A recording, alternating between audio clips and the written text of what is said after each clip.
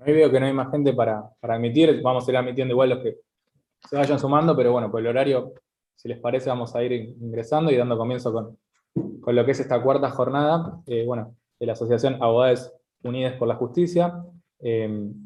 Así que bueno, hoy va a estar la doctora Sabrina Silva, bueno, que es docente y abogada en la Universidad de Buenos Aires, en la Universidad de Avellaneda, y va a exponer sobre adopción. Es la cuarta jornada, es el cuarto módulo de, bueno, lo que es estas jornadas nacionales, en mi caso de Derecho de Familia, que me toca presidir la comisión.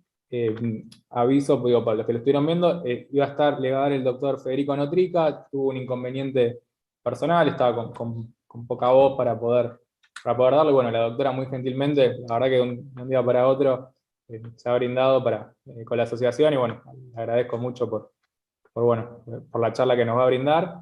Y bueno, y bueno, hoy que es la última jornada, no quería dejar de agradecerle a Fundación Novadopta, que nos permite este espacio virtual para que las jornadas salgan de la mejor manera, no solo la de familia, sino la de las distintas ramas del derecho que han sido brindadas por la asociación durante el mes de marzo y abril.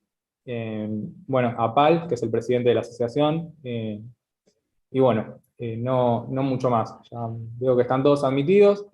Les voy a pedir por una cuestión de que se escuche bien, si pueden silenciar los micrófonos. En caso que quieran hacer alguna pregunta, total flexibilidad y libertad para hacerlo, o desactivan el micrófono y lo pueden hacer. También está el chat, también yo voy a ir leyéndolo y cualquier cosa le iré diciendo a la doctora, y si no, al final que después que la doctora Silva exponga sobre adopción, también va a responder sobre las cuestiones que vayan surgiendo.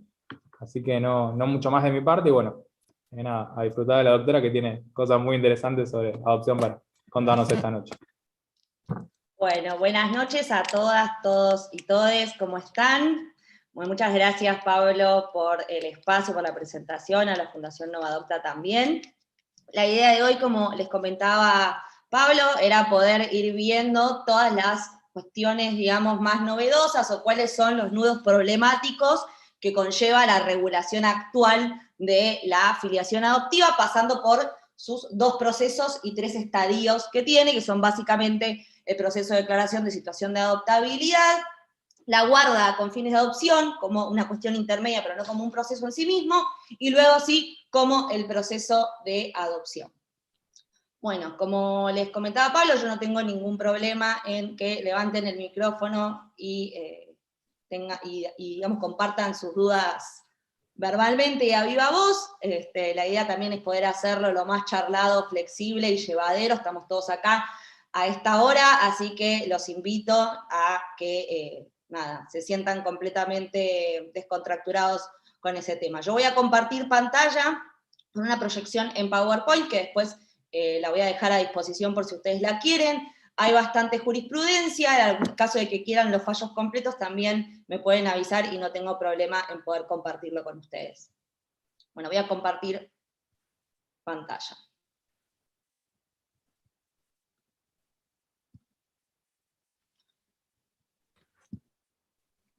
A verme. Cierro ahí, perfecto. Bueno, como les comentaba, la idea de hoy era ver filiación adoptiva. Y acá como un interrogante central, y que me parece que plantea desde qué mirada o a qué apunta la filiación adoptiva, una suerte de tensión entre si existe o no existe un derecho a la maternidad, a la paternidad, el derecho a tener un hijo, o si se trata en realidad del derecho de todo niña, niña o adolescente a vivir en familia, ¿no? Nosotros sabemos que la regulación de la adopción está centrada efectivamente en el derecho de todo niño, niña, adolescente a vivir en familia, y que esta idea de el derecho a la maternidad o paternidad no existe como tal, porque no es un deber del Estado, ni tampoco, vamos con esta idea de si existiese un derecho a la maternidad o a la paternidad, el Estado estaría obligado a garantizar o a tener política pública que genere y garantice el derecho a las paternidades, cuestión que no es así, sino que se trata de un tipo filial que está centrado en las personas menores de edad como principio general. Y esto ya surge del concepto mismo, que está en el 594 del Código Civil y Comercial, cuando dice: La adopción es una institución jurídica que tiene por objeto proteger el derecho de niños, niñas y adolescentes a vivir y desarrollarse en una familia que le procure los cuidados tendientes a satisfacer sus necesidades, primero afectivas y luego materiales, cuando estos no pueden ser proporcionados por la familia de origen. Este concepto de adopción no se va a aplicar en la adopción de integración, es decir, lo que el Código de Vélez denominaba la adopción del cónyuge, y sigue, la adopción se otorga solo por sentencia judicial y emplaza al adoptado en el estado de hijo conforme las disposiciones de este código, que básicamente son cuáles van a ser los efectos jurídicos de la sentencia de adopción, que lo vamos a ver al final de la clase. Y acá hay una cuestión o primer tensión que surge del concepto en la práctica hoy más actual, o los conflictos más modernos que tiene, que es el cruce entre este concepto de adopción, que tiene varios principios jurídicos en la propia denominación de la figura, que es con la perspectiva de género. Y el interrogante central es si siempre es conveniente el trabajo con la familia de origen. Nosotros hemos tenido varios casos, que vamos a ver algunos ahora. Ustedes conocen que para dar, por ejemplo, el consentimiento para dar el hijo en adopción, tiene 45 días, que es lo que se denomina el periodo de puerperio, y está basado en que ese consentimiento efectivamente esté fuera de vicios, digamos, que esté dado en condiciones de libertad. Y hay varios casos en los que se ha declarado la inconstitucionalidad, por ejemplo, del artículo en el cual se solicitan los 45 días, porque las mujeres lo que dicen es, yo no quiero esperar 45 días para poder dar a mi hijo en adopción. Varios casos provienen o de embarazos de abuso sexual o simplemente de embarazos no deseados. Pero, ¿qué es lo que implica la perspectiva de género en términos jurídicos? La definición de perspectiva de género, y me parece súper interesante, una definición que dio el ECOSOC en 1997, es decir, tiene varios años, y que ONU Mujeres todavía, digamos, la sigue manteniendo viva o recurre a esta definición, y lo que dice es, la perspectiva de género es un proceso de evaluación de las consecuencias, y agrego, diferenciadas, para las mujeres y los hombres de cualquier actividad planificada, inclusive las leyes, políticas o programas, en todos los sectores y a todos los niveles. Es una estrategia destinada a hacer que las preocupaciones y experiencias de las mujeres, así como las de los varones, sean un elemento integrante en la elaboración, la aplicación, la supervisión y la evaluación de las políticas y los programas en todas las esferas políticas, económicas y sociales, a fin de que las mujeres y los hombres se beneficien por igual y se impida que se perpetúe la desigualdad. El objetivo final es lograr la igualdad sustantiva entre los géneros. Y básicamente, o en palabras más llanas, ¿qué es lo que quiere decir esta definición de la ECOSOC sobre perspectiva de género? Que la perspectiva de género en términos jurídicos es una forma de mirar el conflicto, es una perspectiva analítica obligada por parte del Estado, es una obligación de cumplimiento inmediato, es decir, ante cualquier conflicto el Estado está obligado a mirarlo con lentes de género y estudiar en ese caso concreto cuáles son las diferencias, las consecuencias que para una mujer recaen en función de su género para cualquier actividad planificada, que puede ser desde la elaboración de una política pública, desde pensar o reformar leyes, en las respuestas jurisdiccionales que se van dando, con el objetivo de ¿qué? Con el objetivo de alcanzar la igualdad sustantiva entre los géneros. Y con esto de igualdad sustantiva nos referimos a la igualdad real entre los géneros. Entonces, la perspectiva de género es un enfoque analítico que tiene un objetivo a largo plazo, que es lograr la igualdad. Dicho esto, otra cuestión que va a tener impacto en cualquier materia, sobre todo en materia de familia, que es esta idea de pasar del género a los géneros. Y en este sentido me parece interesante poder reflexionar sobre cuáles fueron las 3 etapas por las que fue pasando la perspectiva de género. En una primera etapa, cuando se adopta el texto de la CEDAW, es decir, de la Convención de Eliminación contra todas las formas de discriminación contra la mujer, que se da en el marco del sistema universal, se habla en la letra, en la literalidad de ese instrumento de sexo, ¿no? De las diferencias basadas en el sexo, de las diferencias anatómicas, y se habla de mujer en singular. ¿Por qué? Porque en su momento, digamos, el prototipo de mujer también era uno solo. Una segunda etapa en la que ya a partir de la evolución que se va haciendo sobre la interpretación de la CEDAW, a partir de su órgano de tratado, el comité de la CEDAW, donde dice, si bien la literalidad del instrumento habla de las diferencias a razón del sexo, lo cierto es que la CEDAW incorpora las diferencias de género, es decir, todas las cuestiones y las cargas culturales que se fueron reproduciendo, o las lecturas sociales y culturales que se hacen a partir de los genitales de una persona y todas las expectativas sociales que pesan sobre eso, y además empieza a hablar de mujeres en plural, es decir, de entender que el colectivo de las mujeres es sumamente amplio y que también hay muchísimas diferencias entre las precondiciones que cada una de las mujeres tiene. No es lo mismo ser una mujer heterosexual que ser una mujer lesbiana, no es lo mismo ser una mujer lesbiana con estudios que una mujer lesbiana sin estudios, y digamos todo lo que fue generando hablar hoy del concepto de interseccionalidad, es decir, que cuando uno estudia las situaciones de vulnerabilidad que pesan sobre una persona, puede haber más de una capa de discriminación, más de una capa de vulnerabilidad, como puede ser el género, la pobreza, la edad, la orientación sexual y un montón de otras cuestiones que se denominan categorías sospechosas de discriminación.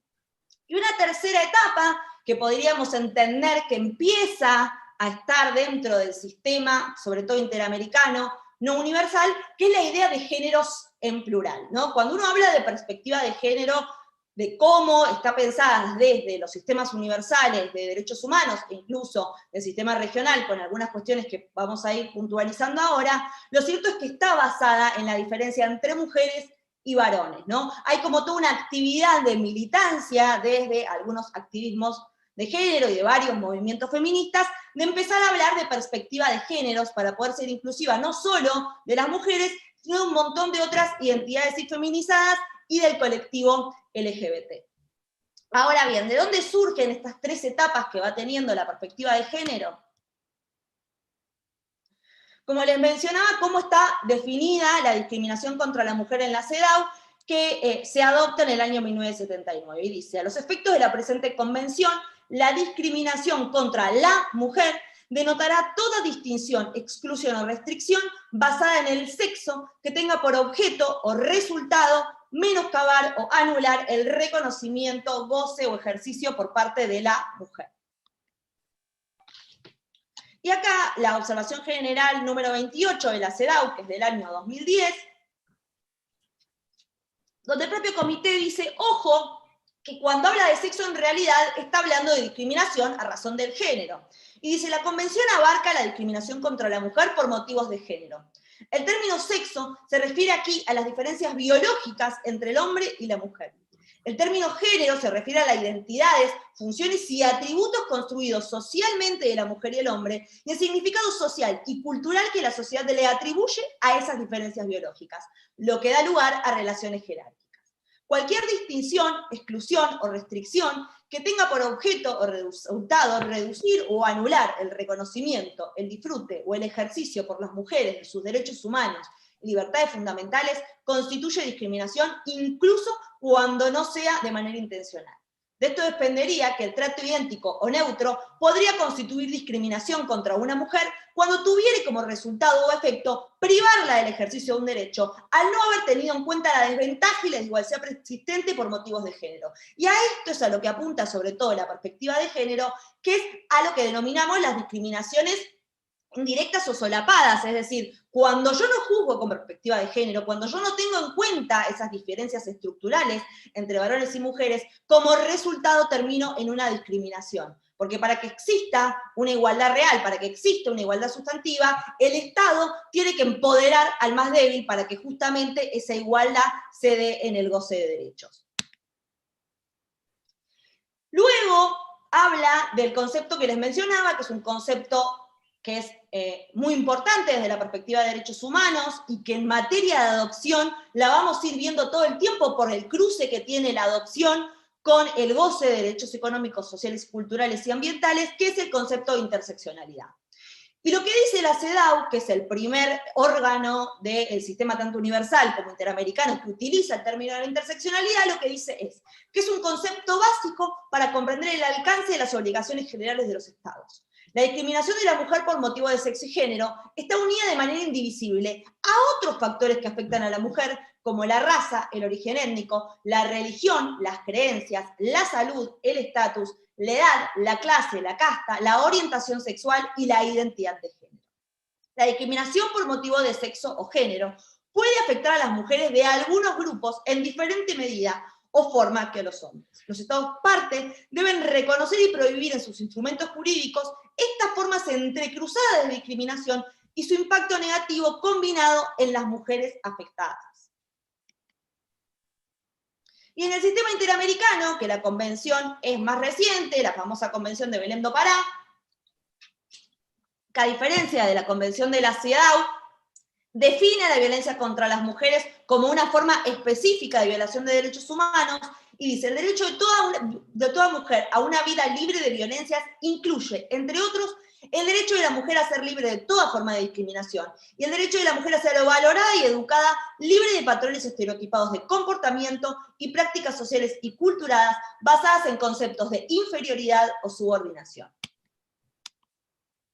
Y sigue, los estados partes tendrán especialmente en cuenta la situación de vulnerabilidad a la violencia que pueden sufrir las mujeres a razón, entre otras, de su raza, de su condición étnica, de migrante, refugiada o desplazada.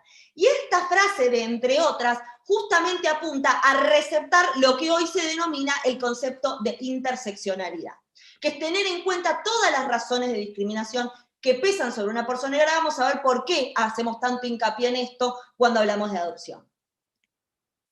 Pero como última parte y el último progreso en materia de derechos humanos que se da desde la perspectiva de géneros en plural, es un fallo de la Corte Interamericana por violencia extrema contra una mujer transgénero que se da en el año 2019, y es justamente sobre esta categoría o palabra de entre otras que por primera vez la Corte Interamericana aplica la Convención de Belém do Pará, es decir, una convención que está centrada en el derecho de las mujeres a una vida libre de violencias, a una mujer trans, con todo lo que eso implica, teniendo en cuenta que el colectivo LGBT hoy no tiene un instrumento de derechos humanos consolidado que lo constituya como un grupo vulnerable y generando obligaciones específicas en cabeza de los estados partes.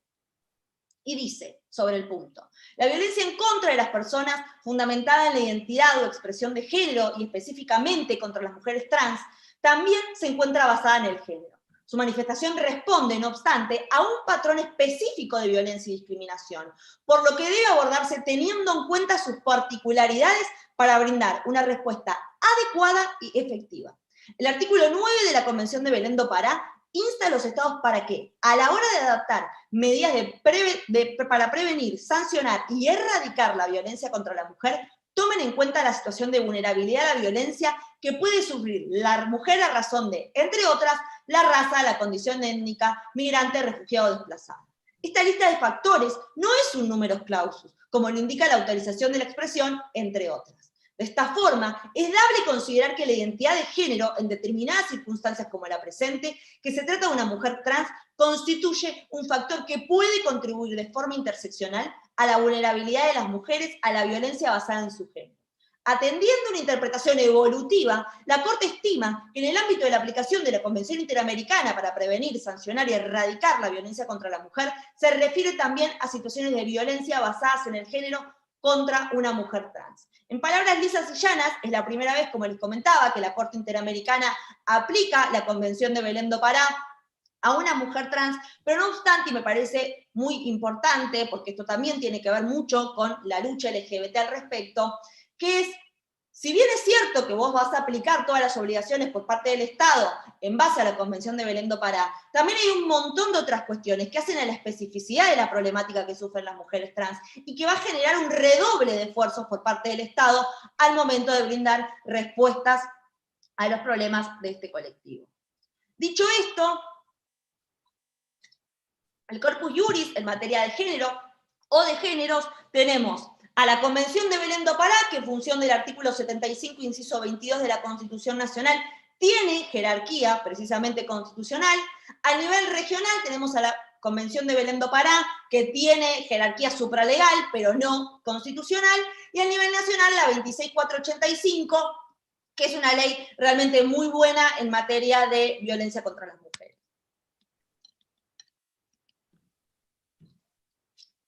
Y acá, un primer caso de por qué es tan importante tener en cuenta la perspectiva de género en materia de adopción, y como les comentaba, tiene que ver con el consentimiento de las mujeres para dar a su hijo en adopción. Acá les traje dos casos.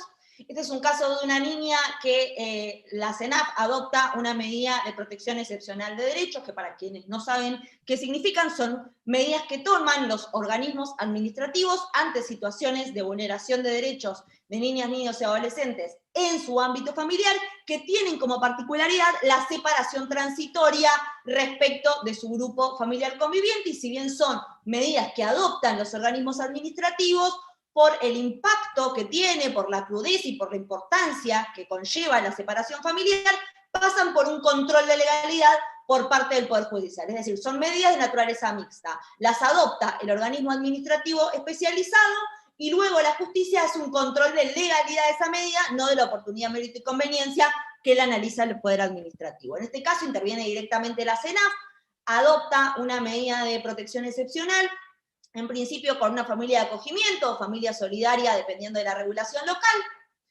Luego pone en conocimiento del tribunal que la niña iba a quedar a resguardo de la familia empleada, es decir, de dos tíos maternos que vivían, a propósito, al lado de la mamá.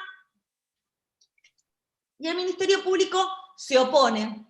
Y lo que dice es, ojo, porque si bien es cierto que la adopción está centrada en fortalecer a la familia de origen, si bien es cierto que el niño a la primer familia que tiene derecho es a su familia de origen, también hay derechos, hay obligaciones que tienen que ver con la situación de la progenitora que no quiere saber nada con su maternidad, que tiene bastante claro que quiere dar a su hija en adopción y que se niega rotundamente a que toda su familia, digamos, porque hay una cuestión acá, de que si la madre quiere dar a su hijo en adopción, pero luego, por ejemplo, se adopta una medida excepcional o una guarda en el marco de la familia de origen, lo cierto es que ese desprendimiento, ese deseo y esa voluntad de ella de no hacerse cargo de sus hijos va a ser un poco difícil porque esa persona sigue estando en su grupo familiar. Y a su vez, como contracara de eso, si mantener a rajatabla una interpretación literal de la norma es favorable o no al interés superior del niño, porque hace al interés superior de un niño estar en un grupo familiar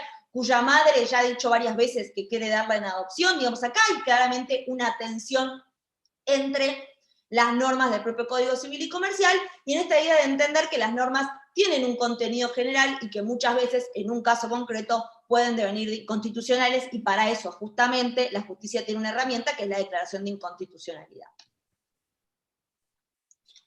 La primera instancia no hace lugar al pedido de la CENAF para que vaya con la familia de origen, y con esto retomo el caso, y dispone que la niña continúe en la familia de acogimiento y la CENAF no acata la decisión judicial.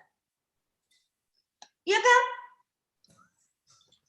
¿qué se fue entendiendo por el interés superior del niño? Y dice, la niña está muy bien atendida por sus tíos, quienes se encargan de su tratamiento con especialistas debido al retraso psicomotriz que padece. La niña hace 6 meses que convive con sus tíos y se ha adaptado perfectamente, hasta le dice papá y mamá. ¿No resultaría beneficioso para la salud mental de la niña volver a cambiarla de centro de vida, como sería disponer que ahora pase a vivir con otra familia, que sería la tercera apenas de su año de vida? Y que además significaría que en breve pase a vivir con un cuarto núcleo familiar, que sería finalmente la familia que la adopte. El artículo 607 manda a buscar a la familia de origen, en la familia de origen un familiar que pueda hacerse cargo de los cuidados del niño, niña, adolescente, e incluso impide al juez de la causa declarar la situación de adoptabilidad si algún familiar o referente afectivo del niño ofrece asumir su guarda tutela y tal pedido es considerado en el interés superior de este. Lo mejor para tutelar el interés superior de G es que permanezca en este hogar, que la ha acobijado, la contiene y la quiere. Así garantizaremos su derecho a la vida en familia, fortaleciendo su derecho a la salud y a no ser discriminada.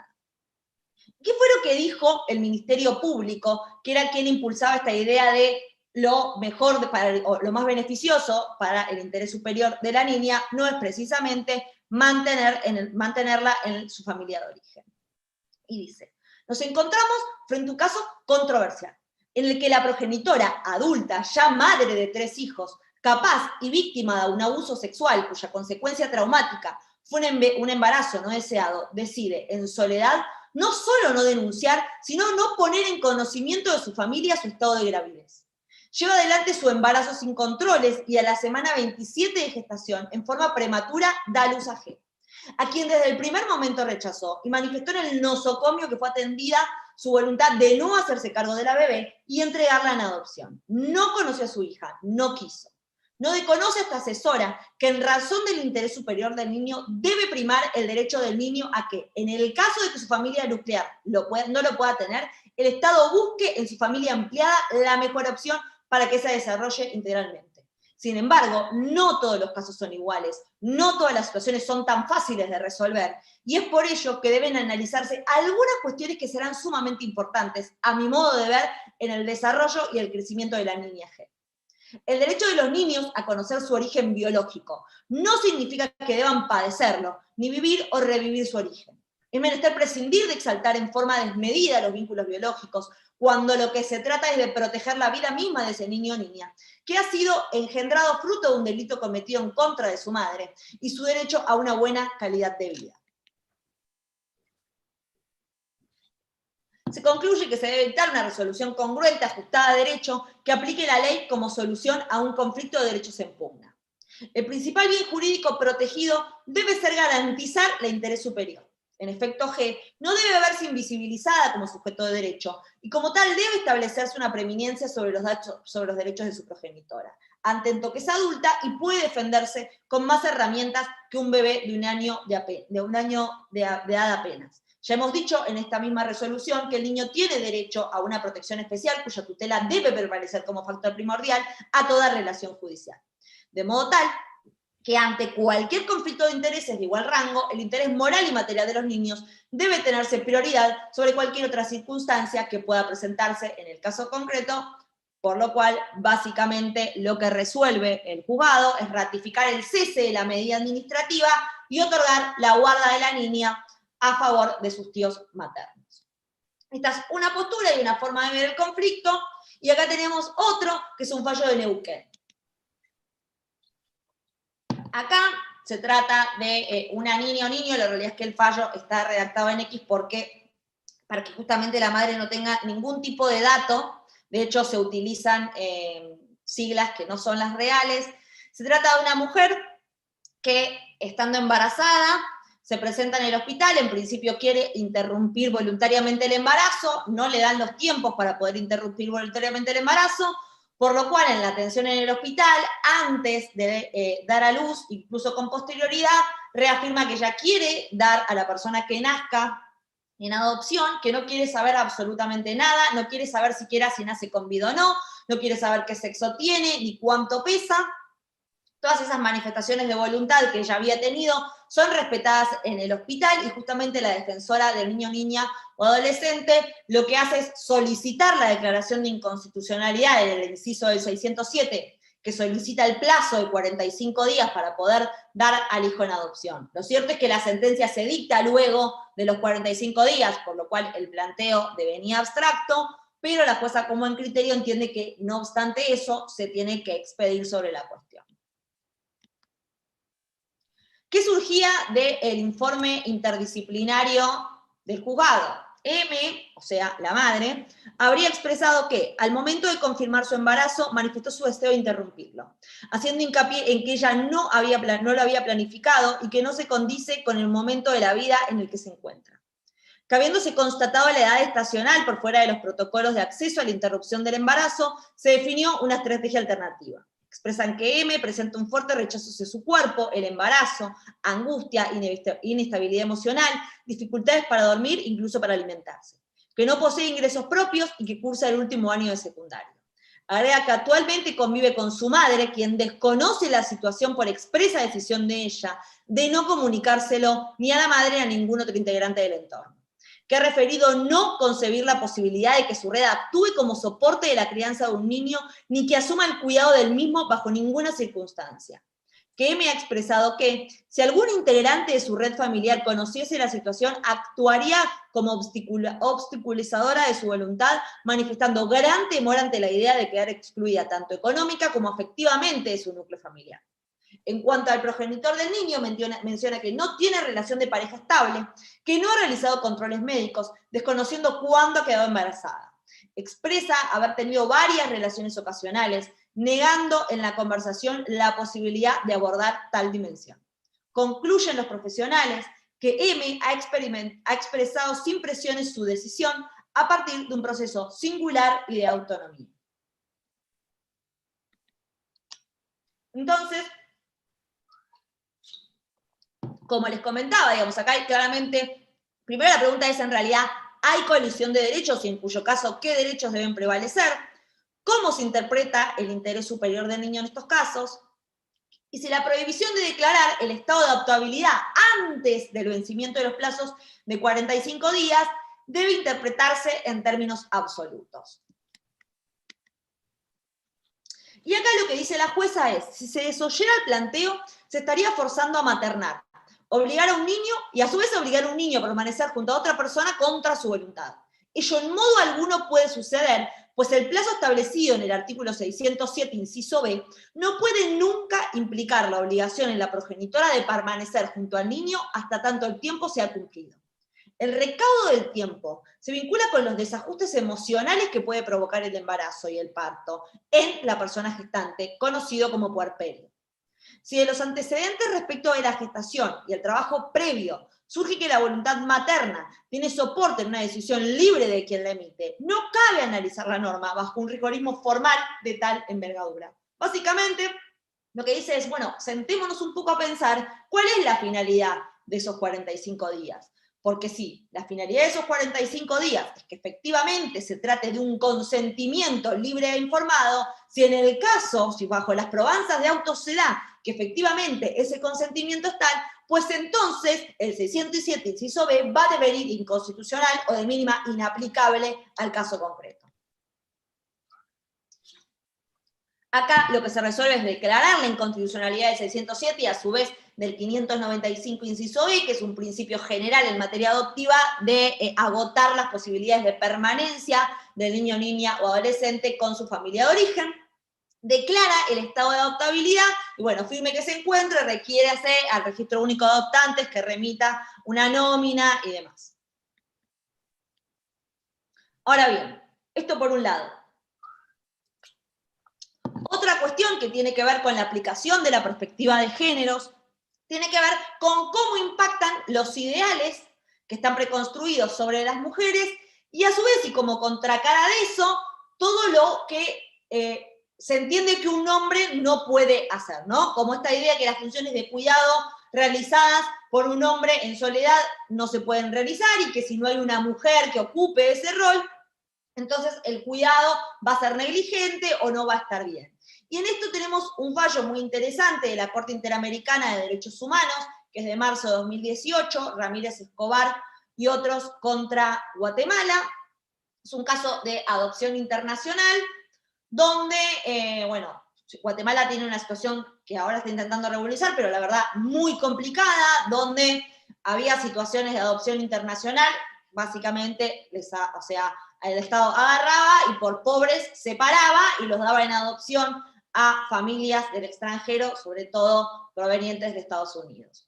Y acá lo que aborda la Corte Interamericana en particular, en primer lugar, es el no trabajo del Estado por parte del Estado con relación al progenitor, es decir, esta idea de ver si efectivamente la madre puede cuidar y si la madre no puede cuidar, pues entonces voy a separar al niño de esa familia, o sea, ni siquiera se toma como una alternativa viable al padre cuando sabemos que hay una igualdad en las obligaciones y derechos que se derivan de la responsabilidad parental, y con otra circunstancia no menor también, que es que la abuela materna a su vez era lesbiana y había sido descartada como posibilidad de trabajo con la familia de origen, básicamente por ser lesbiana. Y acá lo que dice la Corte Interamericana es, la idea preconcebida de reparto de roles entre padres, por los cuales solo la madre era responsable del cuidado de sus hijos. Este tipo de estereotipos en cuanto al rol de una madre implica utilizar una concepción tradicional sobre el rol social de las mujeres como madres, según la cual socialmente se espera que lleven adelante la responsabilidad parental, la responsabilidad principal en la crianza de sus hijas e hijos. Los estereotipos sobre la distribución de roles parentales no solo se basaron en una idea preconcebida sobre el rol de madre, sino también en un estereotipo machista sobre el rol del padre, que asignó nulo valor al afecto y cuidado de este. presumiendo e insinuando que un padre no tiene las mismas obligaciones y derechos que una madre, ni el mismo interés, amor y capacidad para brindar cuidado y protección a sus hijos. Y en muchas sentencias en las que se analiza la declaración de situación de adoptabilidad en Argentina, también se ve esto, que las estrategias de revinculación que se tienen que dar, o que son el objetivo principal que tiene una medida de protección excepcional cuando separa al niño de su familia de origen transitoriamente, que es justamente fortalecer eso que está débil para que el niño pueda volver con su familia de origen, son todas herramientas, políticas y acciones que están centradas en el rol de la madre y no se trabaja ese fortalecimiento con relación al padre, y de hecho muchas sentencias de primera instancia que son apeladas, son revocadas por ese no trabajo con el padre durante el fortalecimiento del vínculo. Entonces, y recapitulando, ¿qué se mira o cuáles son las principales cuestiones que tienen que ver con el cruce entre adopciones y perspectiva de géneros?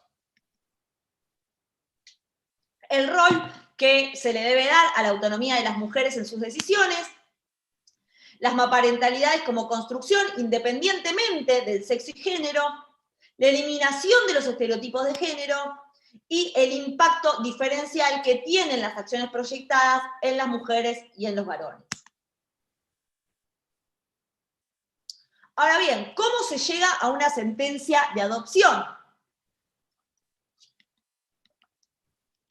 Como les comentaba al principio, todo el íter adoptivo tiene 2 procesos judiciales en sí mismo y 3 instancias. ¿Por qué decimos 2 procesos judiciales y 3 instancias?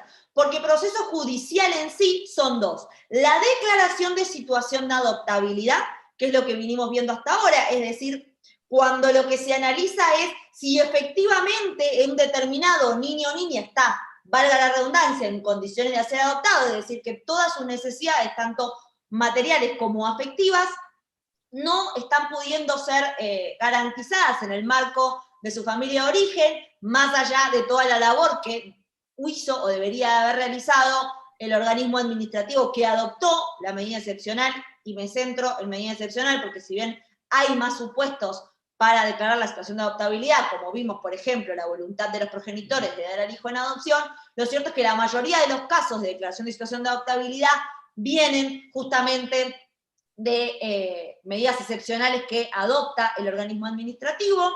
Una segunda instancia, es decir, una vez declarado, entendido que determinado niño o niña está en condiciones de ser adoptado o adoptada, donde concluye el proceso de declaración de situación de adoptabilidad, se da un segundo estadio que es la guarda con fines de adopción. El objeto de la guarda con fines de adopción lo que hace es analizar la vinculación entre el niño o niña adolescente pretenso adoptado y la persona o la pareja o las personas que se desempeñan como aspirantes a adopción, digamos,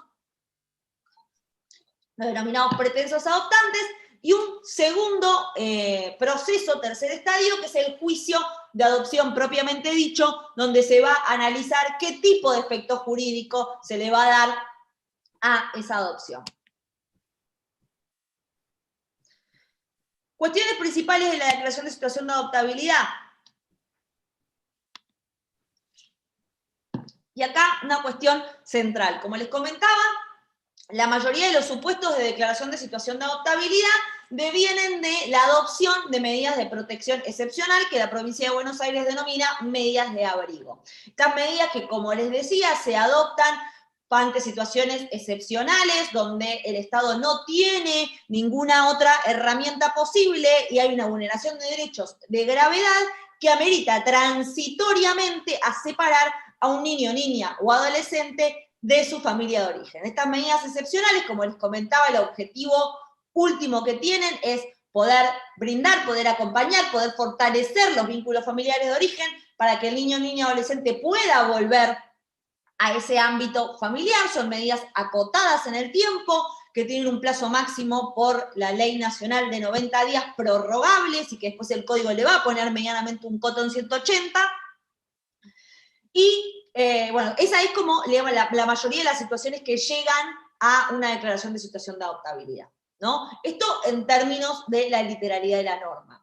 Pero cuando uno empieza a rascar y decir, bueno, ok, pero ¿qué realidades llegan a la adopción de una medida excepcional? ¿Qué realidades llegan a una adopción de medida de abrigo? ¿En qué circunstancias se desarrollaron esas funciones de cuidado para la familia para llegar a una separación familiar transitoria? Y en este sentido hay un cruce que es el rol del Estado y la garantía de los derechos económicos, sociales y culturales. ¿Por qué? Porque la mayoría de las circunstancias que llegan a una separación familiar, la realidad es que se dan en contextos de pobreza o de mínimo de necesidades básicas insatisfechas y, digamos, violando un montón de estándares de derechos humanos en la materia, primero porque la pobreza no se puede judicializar y en segundo lugar porque la separación familiar no puede estar únicamente fundada en razones de pobreza. Y también rascando un poco más es, ok, estamos frente a una familia en situación de vulnerabilidad, una familia en situación de calle. ¿Qué exigencias se pueden tener? ¿Se desarrollan de la misma manera las funciones parentales para una familia en calle, para una familia que claramente tiene un cúmulo de necesidades básicas insatisfechas, que para una familia que tiene todas sus necesidades básicas satisfechas, que llega, tiene un techo, tiene una cama y tiene comida? Digamos, y acá empezamos a ver toda esta cuestión que les comentaba de la interseccionalidad, ¿no? Y de todo lo que realmente implica no separar por razones de pobreza.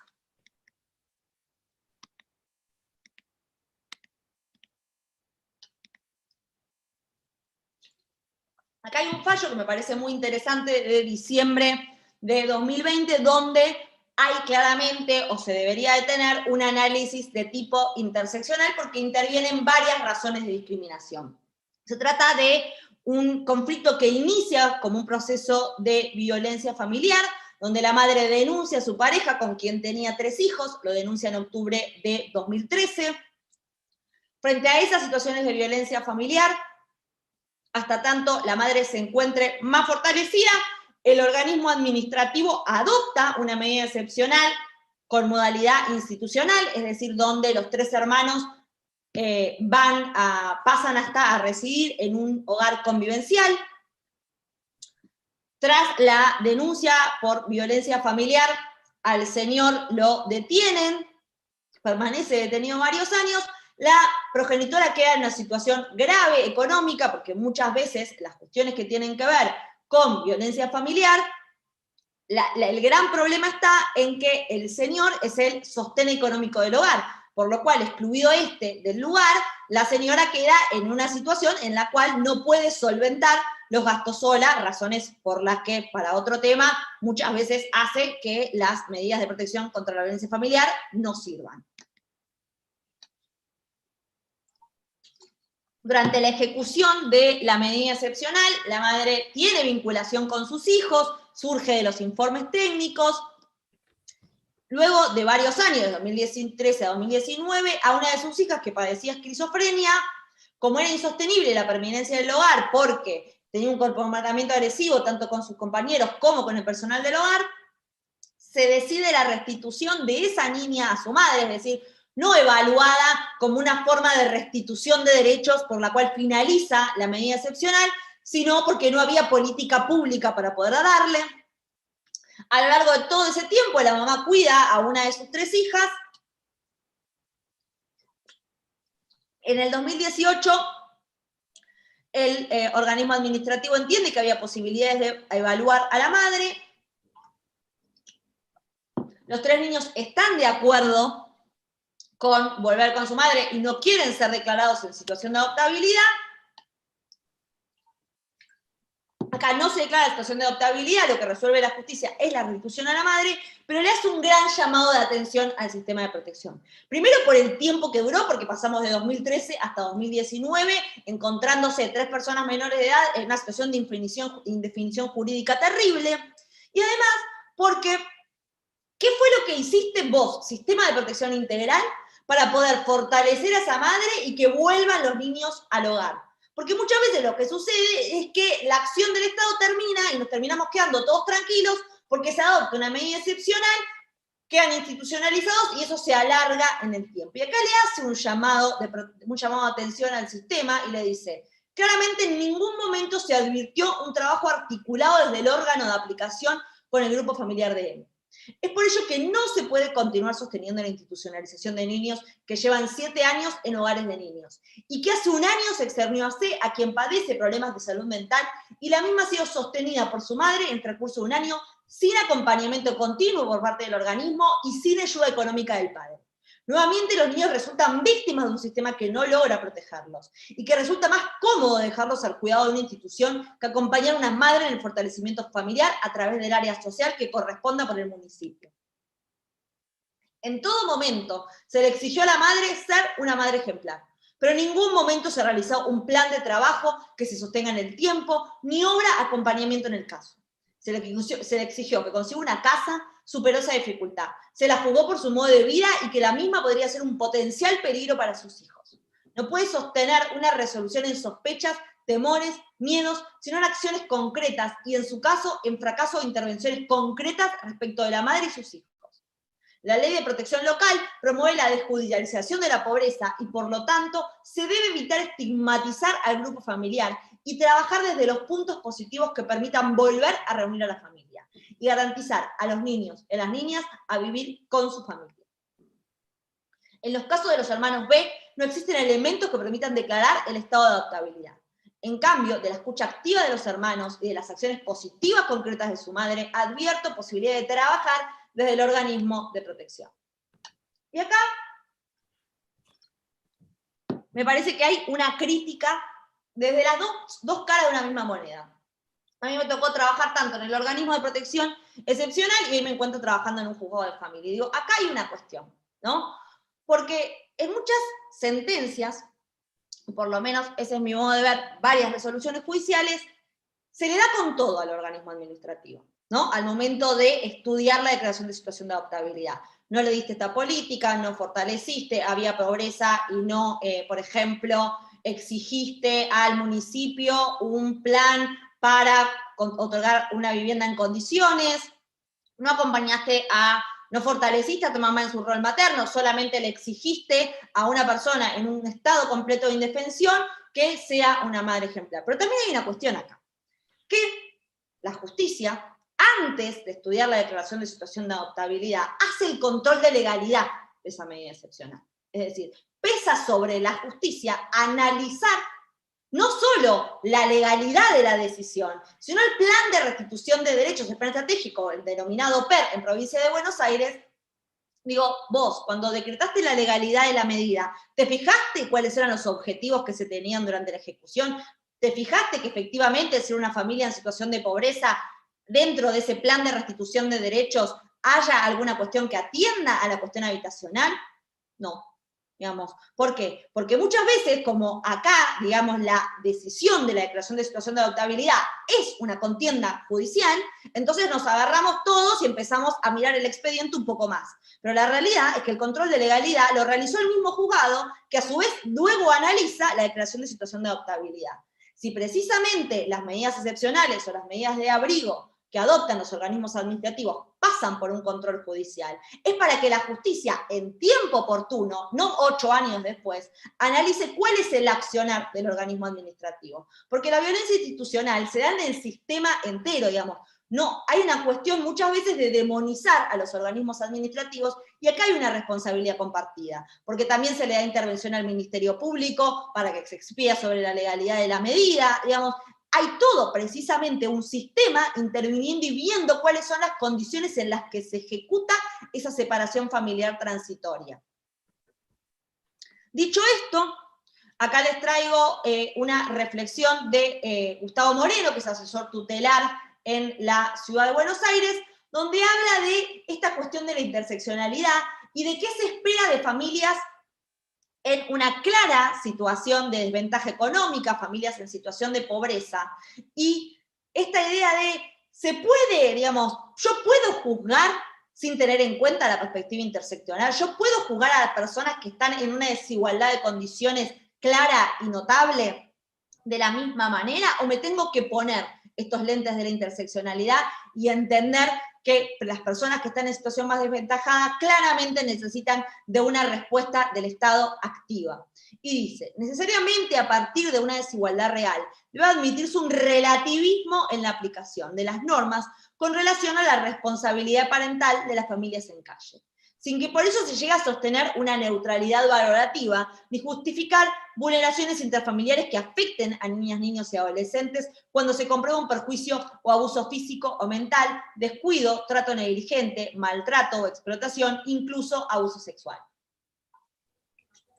No puede admitirse que el sistema judicial que aplica el Código Civil y Comercial en cuanto a los derechos familiares que regula suponga ficciones jurídicas nominalistas de cuidado de hijas e hijos, presumiendo que los adultos responsables de las familias que viven en calle están en condiciones de igualdad para el cumplimiento de sus deberes y de sus derechos. Y acá está esta idea de, bueno, justamente para qué está el Estado, ¿no? Cuando esas circunstancias, y en muchas cuestiones, se va a requerir de esta medida excepcional, de esta medida de abrigo, la realidad es, bueno, ¿qué acciones vas a ejecutar durante esa medida propiamente dicha para poder fortalecer a esa familia y luego sí poder, una vez que está en condiciones de igualdad y con sus necesidades básicas satisfechas, empezar a mirar el conflicto con otros lentes? Y acá, esto es un párrafo de qué implica, ¿no?, el control de legalidad, que hicimos desde el Observatorio de Niñas, Niños y Adolescentes que integro, que es un espacio de estudio de la Facultad de Derecho de la UNICEN. Nosotros hicimos una investigación sobre el funcionamiento del sistema de protección y el cruce entre medidas excepcionales y garantía de los derechos económicos, sociales y culturales sobre el departamento específico de Azul. Y dice, el gran interrogante que surge sobre la actividad jurisdiccional en materia se refiere a la posibilidad de plantear la exigibilidad de los derechos sociales de niños, niñas y adolescentes y sus familias en el marco de los controles de legalidad de las medidas excepcionales. Es decir, esto que les comentaba antes de esta exigibilidad de derechos, ¿no? Esta idea de, pará, pero vos no fortaleciste lo que estaba débil. A una mujer en condiciones de pobreza, vos no exigiste a las otras reparticiones del Estado local que garanticen política pública al efecto. Digamos, todo esto surge como una exigibilidad muchísimo tiempo después, en un momento que esta exigibilidad no tendría que ser estudiada, tendría que ser estudiada en el marco del control de legalidad y no en el marco de la declaración de situación de adoptabilidad. Y sigue el informe diciendo, a la luz de la esencia de la interconexión entre fondo y forma que tienen estas cuestiones, señala la importancia de una justicia activa que pueda detectar situaciones de vulneración de derechos y exigir, con mecanismos garantistas, la satisfacción de los mismos a los organismos administrativos, sin que por ello avasallar sus competencias ni extralimitarse, sino simplemente accionar los resortes judiciales para exigir oportunamente las obligaciones incumplidas y evitar dilaciones que llevan a que estos aspectos terminen siendo invisibilizados y desconocidos o bien analizados tardíamente en el marco del proceso de declaración de situación de adoptabilidad, con las gravísimas consecuencias que ello genera en materia de derechos humanos, y agrego a la luz del factor tiempo, digamos, un factor que cuando nosotros hablamos de la garantía de derechos de las personas menores de edad, claramente tiene un peso enorme. Porque lo que para una persona adulta implican 2 años, no implica lo mismo para una persona cuyos años de vida son 3 o 4. Y acá, un estándar que fijó la Corte Suprema de Justicia de la Nación en el año 2016 al respecto y dice, antes de excluir a un niño de su ámbito de origen, tuvo que haber fracasado el esquema de protección preventivo por naturaleza y de apoyo. Recién agotada esa instancia a cargo del organismo administrativo de derecho local, podrá accederse a otra forma de intervención cuya legalidad queda sujeta a control judicial. Este último tipo de providencias, que obedece a las premisas de subsidiariedad, excepcionalidad y limitación temporal, no es sustantivo del grupo de origen, por lo que debe propiciarse a través de mecanismos rápidos y ágiles el regreso del niño a su medio originario, sin que ninguna medida excepcional pueda fundarse en la falta de recursos, de políticas o programas administrativos o en la falta de los medios de la familia. Segundo, íter, segundo momento de la filiación adoptiva, como les comentaba, la guarda con fines de adopción. Y uno de los temas, cuando hablamos de guarda con fines de adopción, más controvertidos en esta idea de ir resaltando cuáles son las tensiones actuales o más fuertes que tiene todo este íter dentro de su regulación, las famosas guardas de hecho y la prohibición de la guarda de hecho. Esto está en el artículo 611, que tiene sendas declaraciones de inconstitucionalidad e inaplicabilidad, y dice: queda prohibida expresamente la entrega directa en guarda de niñas, niños y adolescentes, mediante escritura pública o acto administrativo, así como la entrega directa en guarda otorgada por cualquiera de los progenitores u otros familiares. La transgresión de la prohibición habilita al juez al separar al niño transitoria o definitivamente de su pretenso guardador, excepto que se compruebe judicialmente que la elección de los progenitores se funda en la existencia de un vínculo de parentesco entre estos y los pretensos guardadores del niño. Ni la guarda de hecho, ni los supuestos de guardia judicial o de delegación de la responsabilidad parental deben ser considerados a los fines de la adopción. Básicamente, lo que plantea el artículo 611 es la prohibición de cualquier manera de entrega directa, sea que se entregue directa esté o no registrada mediante una escritura pública o por parte del poder administrador o de hecho, básicamente, y detectada esta transgresión de la entrega directa, se habilita a la justicia a separar al niño del grupo con el que se encuentra en función de esa entrega directa, con una sola excepción, que es la comprobación de que esa entrega directa esté basada en un vínculo de parentesco entre los progenitores de origen y los pretensos guardadores. Acá se trata de un artículo que generó bastante debate dentro del Congreso al momento de su sanción, y en la discusión del Senado se termina modificando el 611. ¿Por qué se modifica? Porque antes, como excepción, no solo estaba o no se proyectó solamente por un vínculo de parentesco, sino también por un vínculo afectivo. ¿Vínculo afectivo entre quiénes? Vínculo afectivo entre progenitores de origen y las personas que tienen a su cargo el cuidado. No vínculo afectivo entre el niño y las personas que lo están cuidando, sino entre los adultos.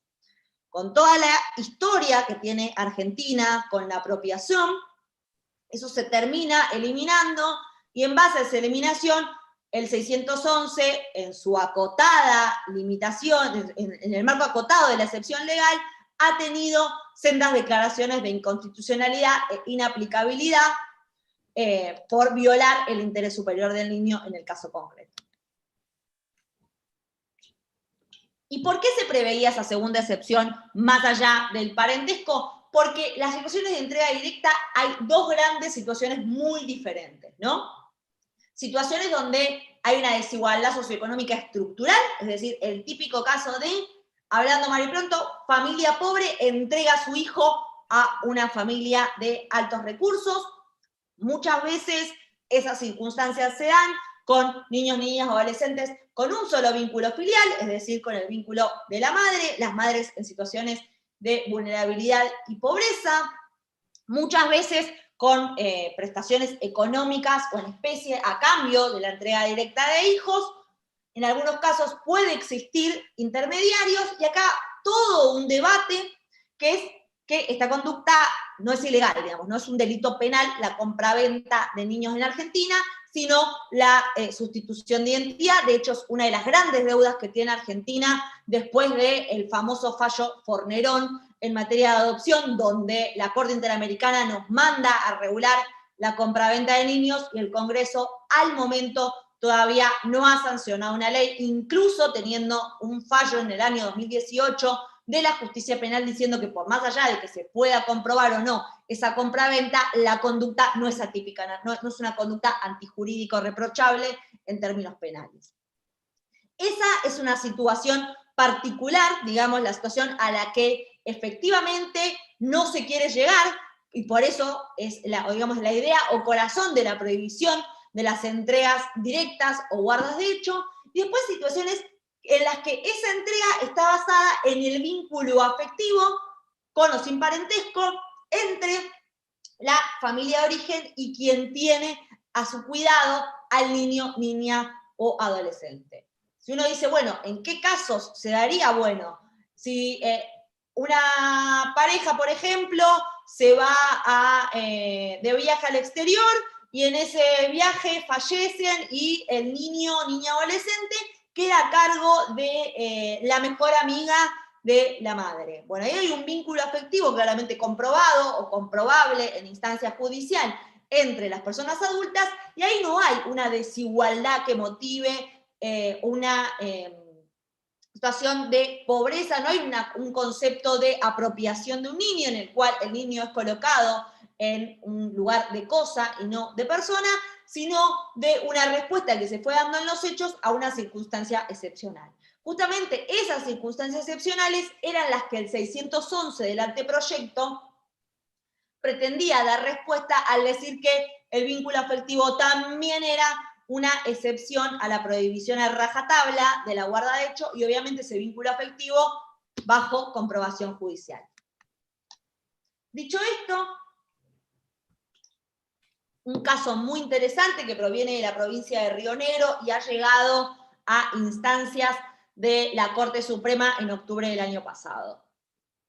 Se trata de una niña que nace en el año 2009, al momento de su nacimiento, o teniendo, mejor dicho, 9 meses de edad, la madre hace una entrega directa a favor de un matrimonio mediante escritura pública 2009 con código de Vélez.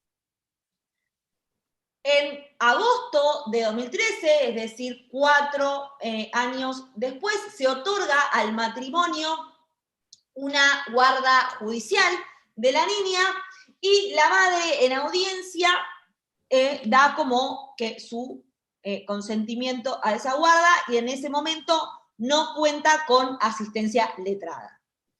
En noviembre el matrimonio solicita la adopción y ahí la madre con asistencia letrada se opone a ese pedido.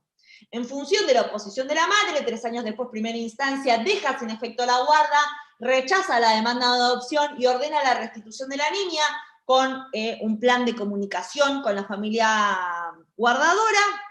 El matrimonio apela, la Cámara revoca la sentencia de primera instancia y otorga la adopción simple con una comunicación con la progenitora apela, llega al Superior Tribunal de Justicia, el Tribunal Superior de Justicia, en un fallo muy bueno, revoca la decisión de la Cámara, confirma la de primera instancia, es decir, no a la adopción, revinculación con la madre, con comunicación con los guardadores y la defensa pública interponen recursos extraordinarios, son denegados, por queja llega a la Corte Suprema y la Corte Suprema resuelve mantener el fallo de Cámara, es decir, sí a la adopción, no al reintegro de la niña. Ahora bien, ¿cuáles fueron los argumentos del Superior Tribunal? Básicamente, o para resaltar, 2.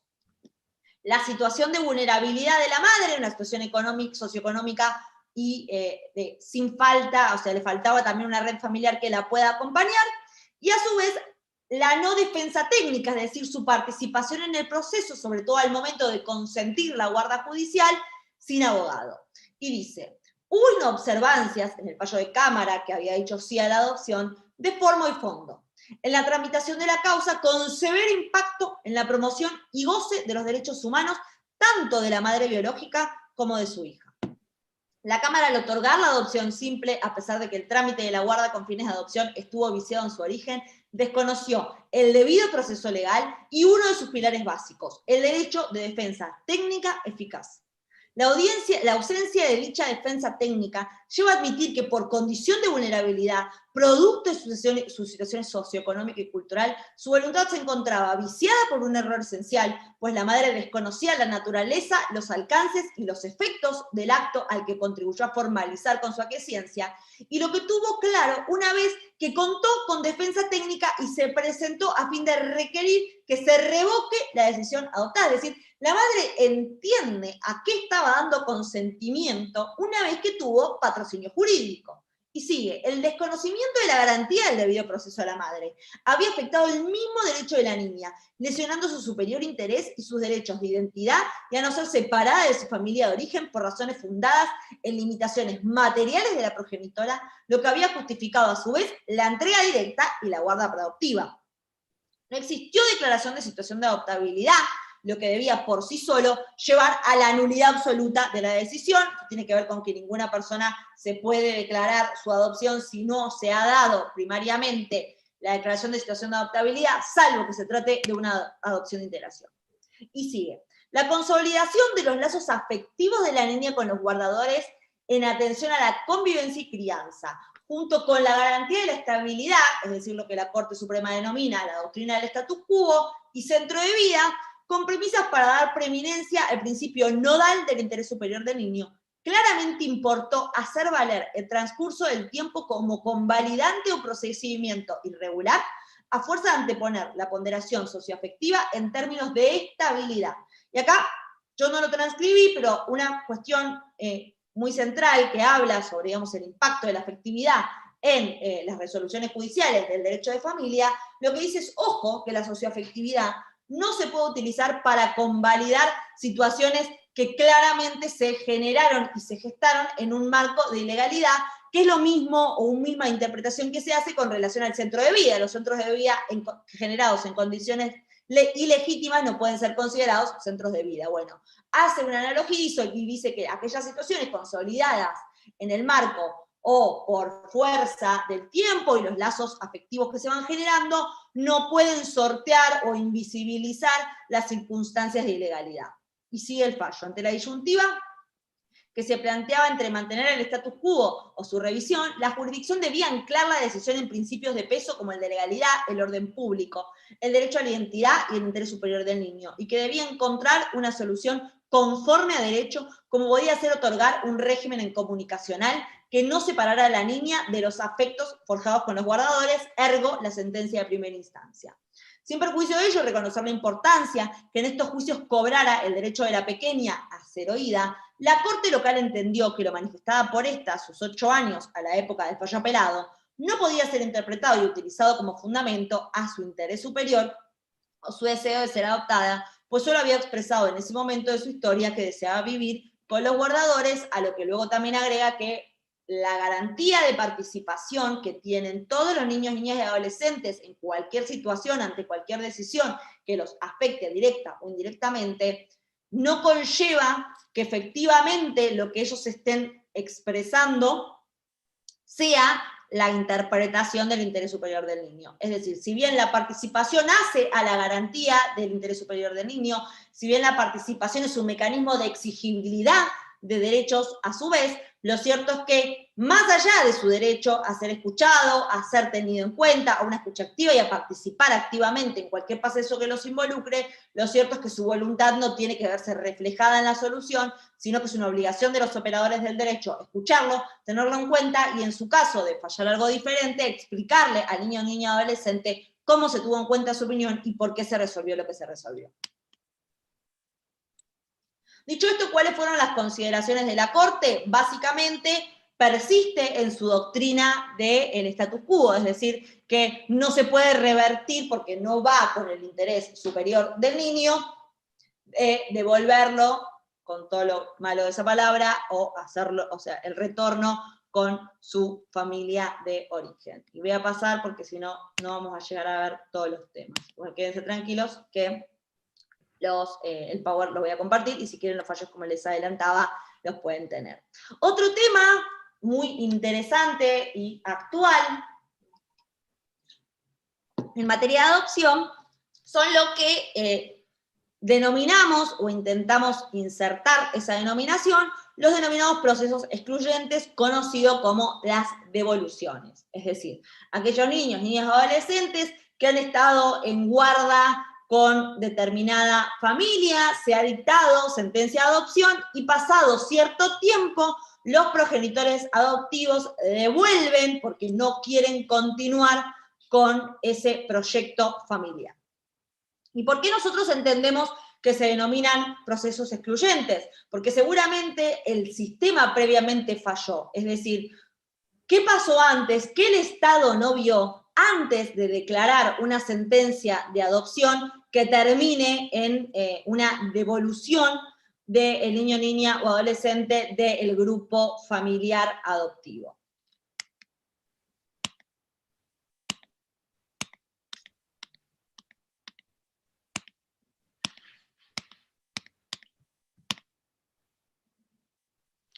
Acá en una revista Noticias que salió en julio de 2019, se dijo que entre 2017 y 2019 hubo 61 niños sobre un total de 300, según los informes del Ministerio Público de la Ciudad, es decir, de cuestiones que tramitan ante la Justicia Nacional, que luego de la ilusión de tener una familia fueron nuevamente abandonados. 47 tenían entre 9 y 17 años, solo 3 correspondían a niños menores de 3 años. Esto no es lo que yo soñaba, se excusaban los adoptantes, ¿no? Bueno, ¿y por qué digo, o por qué sostenemos que en realidad se trata de procesos excluyentes? Porque hay una responsabilidad del Estado, bueno, hay todo un íter, ¿no? Para efectivamente llegar a una sentencia de adopción. Primero porque las personas son evaluadas previamente antes de integrar el registro único de aspirantes a guarda con fines adoptivos. Y en esta evaluación previa, un contenido fundamental es justamente la aptitud para adoptar. Es decir, entender todo lo que implica, cuál es la finalidad de la adopción.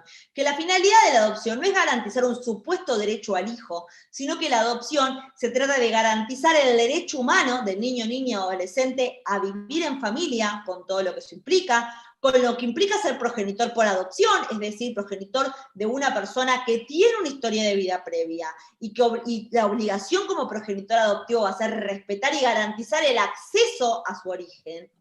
Y ahí ya hay un coto. Luego de eso, en muchas circunstancias, y esto lo digo con conocimiento de causa, trabajando el tiempo que trabajé en el organismo de protección, de qué es lo que sucede cuando durante la implementación de la guarda se empieza a ver que esa vinculación no va.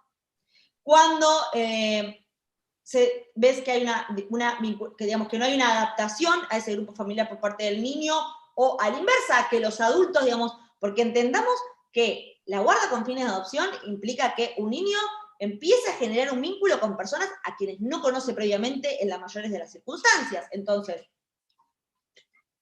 ¿esa vinculación puede fallar? Sí, puede fallar. Pero el momento en el que se evalúa eso es la guarda preadoptiva, es decir, la guarda con fines de adopción, no 5 años después de que se decreta la adopción de una persona, porque claramente las personas no se devuelven, lo que se devuelven son cosas, ¿no? Entonces digo, acá hay una cuestión de muchas veces el Estado, por tratar de llegar a esa sentencia de adopción, termina generando situaciones mucho más lesivas de derechos que si efectivamente hace un análisis de lo que tiene que analizar en tiempo oportuno.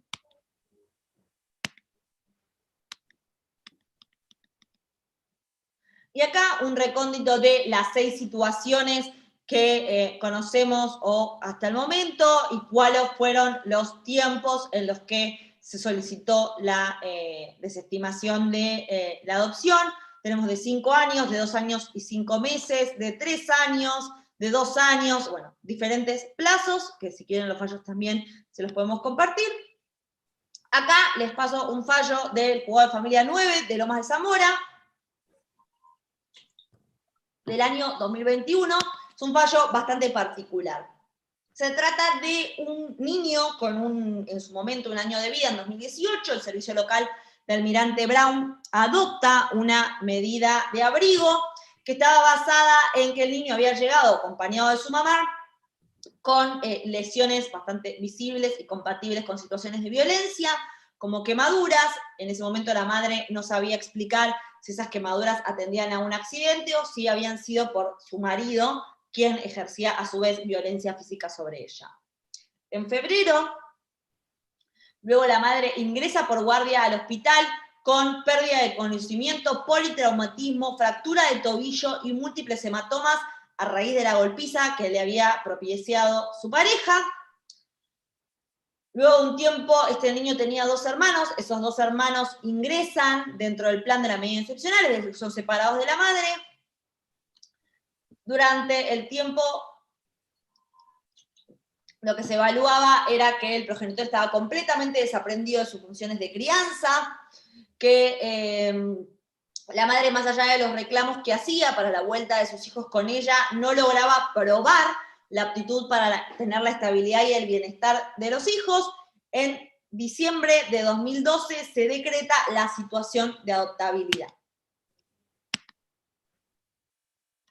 Se analiza en su momento el vínculo con los adoptantes habían conocido a el grupo de hermanos cuando estaban alojados en un hogar, ellos llevaban donaciones al hogar, empezaron a frecuentarlos, se anotaron para que los niños puedan salir del hogar con ellos los fines de semana, al tiempo dicen su voluntad de poder adoptarlos, cuestión que con el tiempo se decreta en 2018 la adopción plena de los hermanos. Repentinamente, transcurrido un año desde la resolución, es decir, un año de constituido el vínculo filial adoptivo, el Ministerio Público se presenta, el matrimonio adoptante se presenta en el Ministerio Público y manifiesta que el niño, pese a hacer tratamiento, estaba muy desestabilizado, que era violento tanto con la progenitora adoptiva como con su hermana, que había incluso intentado prender fuego a la casa, roto las cosas y que también tenía problemas en la escuela. Por su parte, el progenitor adoptivo lo que dice es que si bien su vínculo con él era muy bueno y que él no tenía estos problemas con el niño, que ya a este momento era adolescente, que sí tenía problemas con la progenitora adoptiva y con el resto de sus hijas, y que él temía por ellas cuando él se iba de la casa por motivos laborales. Y ahí los padres plantean su voluntad de desistir de la adopción, cuando tenían a todo esto 6 años de convivencia. Ante esta situación, lo que hace el servicio local es adoptar una nueva medida de abrigo que se ejecuta en un ámbito institucional. Ahí se presenta nuevamente la progenitora, dice, bueno, todo lo que ella había podido superar durante este tiempo, que no habían sido pocos años, y que solicitaba que su hijo pueda volver con ella. ¿Y qué es lo que dice la justicia? La justicia hace lugar al pedido de la madre, porque efectivamente a su vez ella tenía 14 años a ese momento, también quería volver con su mamá, y dice, surge además claro el deseo de G de querer convivir con su progenitora y la felicidad que le genera. Debe asumirse que la solución propuesta pretende preservar el núcleo familiar y el derecho del joven a vivir una vida en familia, de acuerdo con el encuadre jurídico enmarcado anteriormente. Es que, decir lo contrario, se traduciría en una severa afectación de los derechos consagrados en su favor, en tanto lo expondrían fatalmente a la privación de su único lazo afectivo positivo con quien es su deseo reencontrarse. No puede soslayarse el especial, el desvalimiento y el abandono al que se expuso al niño frente a la decisión intempestiva de sus padres con el propósito de sustraerse de los deberes que le compelen en su rol. La que advierte no exenta de un enfático reproche. No se puede volver a una persona sin agravio a los valores más humanos, más esenciales. Debe ponerse el acento en que, detrás de la pretendida devolución de un ser humano, hay una cruda realidad. Sufrimiento y frustración del niño a ser rechazado por segunda vez y la imposibilidad de proyectar un futuro en familia. Le genera traumas irreversibles, desvalimiento, un aumento de la baja autoestima, inseguridad, desconfianza y amparo. En fin, la remuneración del abandono y las consecuencias esperables de la revictimización. Y acá el gran interrogante es, y bueno, ¿qué rol cumplió el Estado? O sea, porque claramente es un supuesto de violencia institucional en cabeza del Estado. Porque, digamos, hay una cuestión acá de la conducta de reproche subjetiva por parte de esas personas, pero también hay a las claras, o se deja entrever de manera bastante clara, un abandono por parte del Estado. Resuelve disponer el egreso del adolescente junto a su progenitora, ordenar al órgano administrativo, es decir, al servicio local, que realice las medidas de acompañamiento familiar. Bueno, son 9:30, nos queda ver los tipos de adopción, pero creo que si no, no vamos a llegar a tener un tiempo de preguntas. No sé si quieren lo terminamos, pero bueno, no sé cómo viene porque, como quieran, quería preguntarles qué preferían. nos queda ver sobre todo la parte de los efectos jurídicos de la adopción. No sé qué es lo que prefieren. Sí, pueden poner por el chat a ver si les surge alguna pregunta sobre lo que está diciendo la doctora, y si no, bueno, puede continuar con el tema que falta dar. La verdad que hasta acá, más que interesante, bueno, y destaco la calidad académica, los fallos, que la verdad que impecable, doctora. Muchas gracias. Ahí Moni Moreira puso, está muy buena la clase, si quiere continuar. Bueno, después si alguien quiere desactivar el micrófono, hacer una consultita. Vale, si están todos de acuerdo, seguimos. Al parecer sí, por lo menos los dos que contestaron. Bueno, tenemos a Mariela, Marisa, Miriam. Continuemos, bueno, continuamos entonces con la explicación. Vamos de nuevo compartiendo pantalla. Bueno, la participación de niños, niñas y adolescentes en su propio proceso adoptivo, que un poco lo fuimos viendo a lo largo de las sentencias que analizamos. Pero bueno, ¿cómo está regulado en el Código Civil y Comercial? De dos maneras. Digamos, la participación judicial a grandes rasgos tiene dos matices o dos formas de efectivizarse. El derecho a ser oído, como lo dice el Código, incluso surge o nace del 12 de la Convención de los Derechos del Niño, al que me parece hoy más atinado en realidad hablar de un derecho a la participación, con todo un peso que se le da a partir de la participación, pero bueno, se denomina derecho a ser oído según la letra de la Convención de más de 30 años. Y después, la posibilidad de intervenir con patrocinio letrado, es decir, con asistencia de un abogado a través de la famosa figura de abogado del niño, un tema súper para debatir, sobre todo a la luz del anteproyecto que se elaboró desde el Ministerio de Justicia y Derechos Humanos de la provincia. Bueno, ¿cómo está regulado frente a los tres estadios? En la situación de adoptabilidad, la obligación de la judicatura de poder garantizar un espacio de participación, de entrevista, de contacto personal con la persona cuya situación de adoptabilidad se discute, y en caso de que tengan edad y grado de madurez suficiente, que es una fórmula que se toma de la propia Convención de los Derechos del Niño, intervienen en calidad de parte con patrocinio letrado. Durante la sustanciación de la guardia preadoptiva, la posibilidad de tener una entrevista personal, perdón, la posibilidad no, la obligación de la justicia de tener una entrevista personal con el niño, niña o adolescente, y en el proceso de adopción, similar a como está regulado en la situación de adoptabilidad, pero con algunos matices. Está la obligación de mantener la entrevista personal con la persona cuya adopción, en este caso, ya se discute, y la obligatoriedad de la conformidad a partir de los 10 años. O sea, es decir, a partir de los 10 años es obligatorio el consentimiento del niño, niña o adolescente a ser dado en adopción. Y esta conformidad claramente tiene un sustento, y en esta idea de proceso excluyente, digo, hay una adopción, ¿puede llegar a buen puerto si el propio niño, niña o adolescente se niega a ser adoptado? ¿O acá vamos a terminar con algún problema porque esto no se va a poder estirar en el tiempo?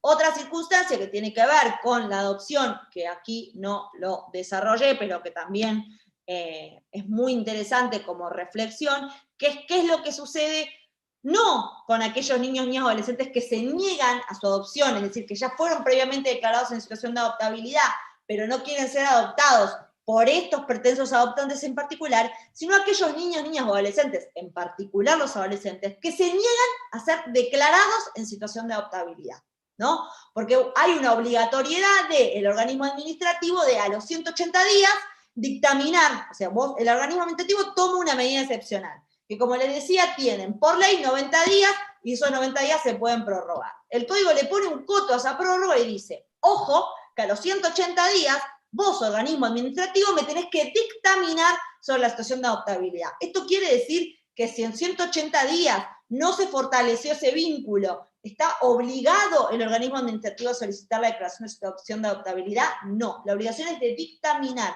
¿Por qué? Porque hacia los 180 días de ejecución de una medida de abrigo o de una medida excepcional, el organismo administrativo dice, mirá, no estamos ante una situación de restitución de derechos, no estamos en una situación en la que Este niño puede volver con su familia de origen. Pero sí estamos avanzando en ese plan de restitución y lo que yo necesito es más tiempo. Bueno, a eso se refiere el código cuando habla de obligación de dictaminar.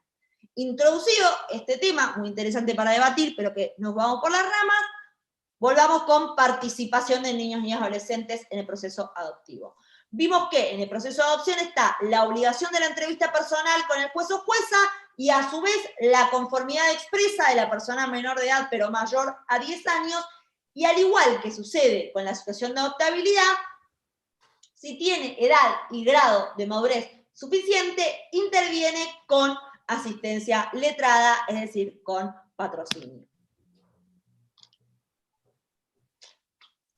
Y acá una aclaración central, que es para el consentimiento que pide el 595 de la adopción, no se requiere patrocinio letrado.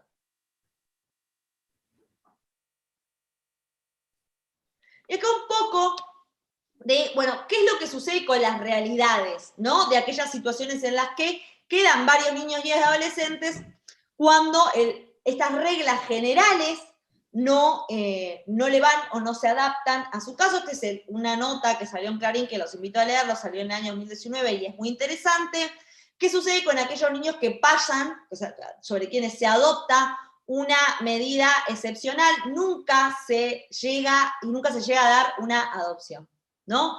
Y acá esto se relaciona, y me gustaría por lo menos poder mencionarlo, con la ley del programa de acompañamiento al egreso asistido, es decir, aquellas personas menores de edad cuya adopción no se logró a los 18 años y conviviendo en un hogar, si no hay un acompañamiento por parte del Estado, como la intervención del sistema de protección CESA, quedan en pampa y la vía, y esa es la naturaleza de la ley del acompañamiento hacia el egreso, que tiene un acompañamiento tanto económico como personal, es decir, las personas que se encuentran en dispositivos convivenciales van a tener, el programa es voluntario, dan su consentimiento y solicitan la adhesión, una prestación económica y a su vez la figura del referente, que es alguien que los vaya acompañando a ellos en su proyecto de autonomía hacia la vida adulta.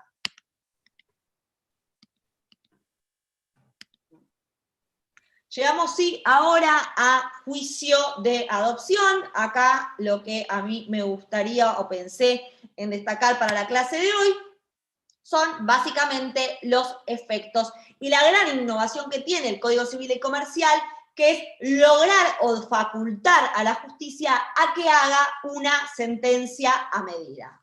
¿Y por qué decimos esto de la sentencia a medida? Como tipos adoptivos clásicos, nosotros tenemos la adopción plena y la adopción simple.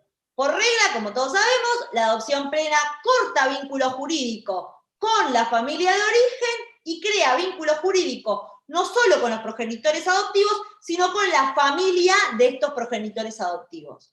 A contrario de eso está la adopción simple. La adopción simple genera lazo jurídico solo con los progenitores adoptivos, no por regla con sus familiares, y a su vez no corta lazo jurídico con la familia de origen.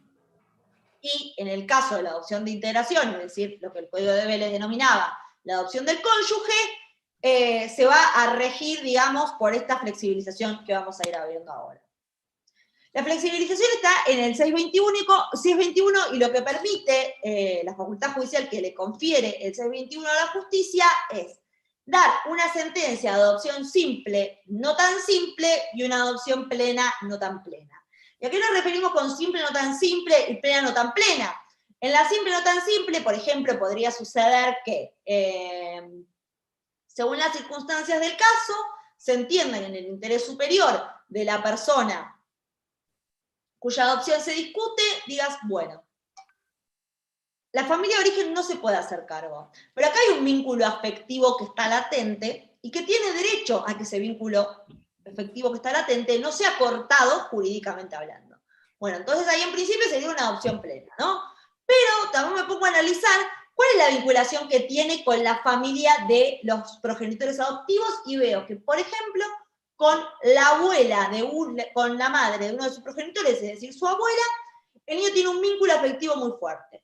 Bueno, ahí, antes, en el código anterior, había que jugársela. Era o simple o plena. ¿Qué hacemos? ¿Le mantenemos los vínculos jurídicos de origen o se la hacemos plena y que tenga vínculos jurídicos con la abuela? Bueno, acá esta idea de simple o no tan simple sería, bueno, voy a otorgar la adopción simple porque tiene un lazo afectivo con su familia de origen, pero además en la sentencia le voy a crear efectos jurídicos, le voy a crear el vínculo jurídico con la abuela adoptiva, ¿no? Eso sería un ejemplo de simple o no tan simple. Y en plena, no tan plena, se podrán imaginar, sería el caso de la inversa, es decir, un niño que está sumamente integrado en la familia adoptiva, tiene lazos con no solo sus adoptantes, sino con, por ejemplo, sus hermanos, es decir, otros hijos de los adoptantes, con el tío, con la abuela, qué sé yo, y a su vez tiene un vínculo afectivo fuerte con cualquier miembro de la familia de origen. No necesariamente con los progenitores, puede ser la madre, el padre, puede ser un hermano, puede ser un tío, quien fuese, que tiene un lazo afectivo fuerte. Bueno, en ese caso la justicia lo que puede hacer es decir, bueno, perfecto, es un típico caso de adopción plena, pero que el niño esté tan integrado a tal nivel en ese grupo familiar adoptivo, no quiere decir que yo no pueda mantener el vínculo jurídico con el familiar que sea. Como les comentaba, familia de origen, abuelo, tío, primo, hermano, progenitores, quien fuese. No está solo centrado en la figura parental, esta flexibilización. Y eso es a lo que alude el 621, que está redactado así. El juez otorga la adopción plena o simple según las circunstancias y atendiendo fundamentalmente al interés superior del niño. Cuando sea más conveniente para el niño, niña o adolescente, a pedido de parte y por motivos fundados, el juez puede mantener subsistente el vínculo jurídico con uno o varios parientes de la familia de origen en la adopción plena y crear vínculo jurídico con uno o varios parientes de la familia del adoptante en la adopción simple. En este caso, no se modifica el régimen legal de la sucesión, responsabilidad parental, bla, bla, bla, bla. Bueno, ¿qué supuestos pueden darse? Básicamente los que estuvimos hablando. Quédense tranquilos, igual que el Power, se los vamos a compartir. Pero para cerrar, me parece súper interesante poder sí analizar esta sentencia en particular, que como ustedes varios conocerán, Argentina hace algunos años empezó a debatir la posibilidad de que un niño o niña adolescente pueda tener más de 2 progenitores, ¿no? O sea, la idea de la triple filiación, conocida como pluri o multiparentalidad. Yo les traje una sentencia de adopción que para mí es una de las mejores sentencias que tiene Argentina hoy por hoy en materia de triple filiación. El debate, en palabras sencillas, ¿dónde está? En el artículo 558, última parte del Código Civil y Comercial, que literal dice 2 puntos. Ninguna persona puede tener más de 2 vínculos filiales con independencia de la naturaleza de la filiación. ¿Y qué quiere decir esto de con independencia de la naturaleza de la filiación? Que solo se puede tener hasta un máximo de 2 vínculos filiales, sea que se trate de una adopción por naturaleza, sea que se trate de una adopción por técnicas de reproducción humana asistida, o sea que se trate de una adopción, de una filiación de tipo adoptivo. Dicha esta circunstancia, es un fallo de Córdoba de febrero de 2022. La plataforma fáctica sintéticamente es un matrimonio inscripto en el registro de aspirantes a guarda con fines de adopción, se otorga la guarda con fines de adopción de una niña a ese matrimonio. Durante el desenvolvimiento de la guarda, ese matrimonio se separa, se divorcia, la mujer forma una nueva unión y se vuelve a casar con otro señor. ¿Cuáles eran los vínculos afectivos? La niña había empezado a generar vínculo afectivo con el cónyuge de la guardadora con fines de adopción, pero nunca había cortado su vínculo afectivo con el guardador que estaba divorciado de la guardadora. No sé si me van siguiendo, cualquier cosa me frena. Estando en curso la guarda con fines de adopción, se presenta el cónyuge de la guardadora, ¿no? Y solicita la adopción plena. Cuando solicita la adopción plena, lo que se da cuenta la justicia con buen criterio es, pero esta persona nunca tuvo la guarda con fines de adopción. Entonces lo primero que se hace es otorgarle la guarda preadoptiva a la nueva pareja de la madre. Entonces, hasta ese momento teníamos a la entonces, el entonces matrimonio guardador que luego se divorció, ambos como guardadores con fines adoptivos, y la pareja de la madre. Se presenta el guardador original, es decir, el excónyuge de la guardadora, dice que conocía que se iba a solicitar la adopción plena y que no tenía ninguna formulación al respecto. Pero ¿qué sucede? Esa idea de no hay ninguna formulación al respecto, lo que se estaba olvidando es, OJ, que esa adopción no se va a generar con vos si vos no tenés nada que decir al respecto. ¿Por qué? Porque no solo que ninguna persona puede tener dos vínculos filiales, sino que en materia adoptiva se genera otra particularidad, que es de nulidad absoluta la sentencia dictada a favor de más de una persona, salvo que se trate de una pareja matrimonial o convivencial. Entonces, ahí tenemos dos tensiones que tiene el código cuando hablamos de pluriparentalidad en materia adoptiva. Esta persona, con el devenir del tiempo, se da cuenta de esta situación y dice, no.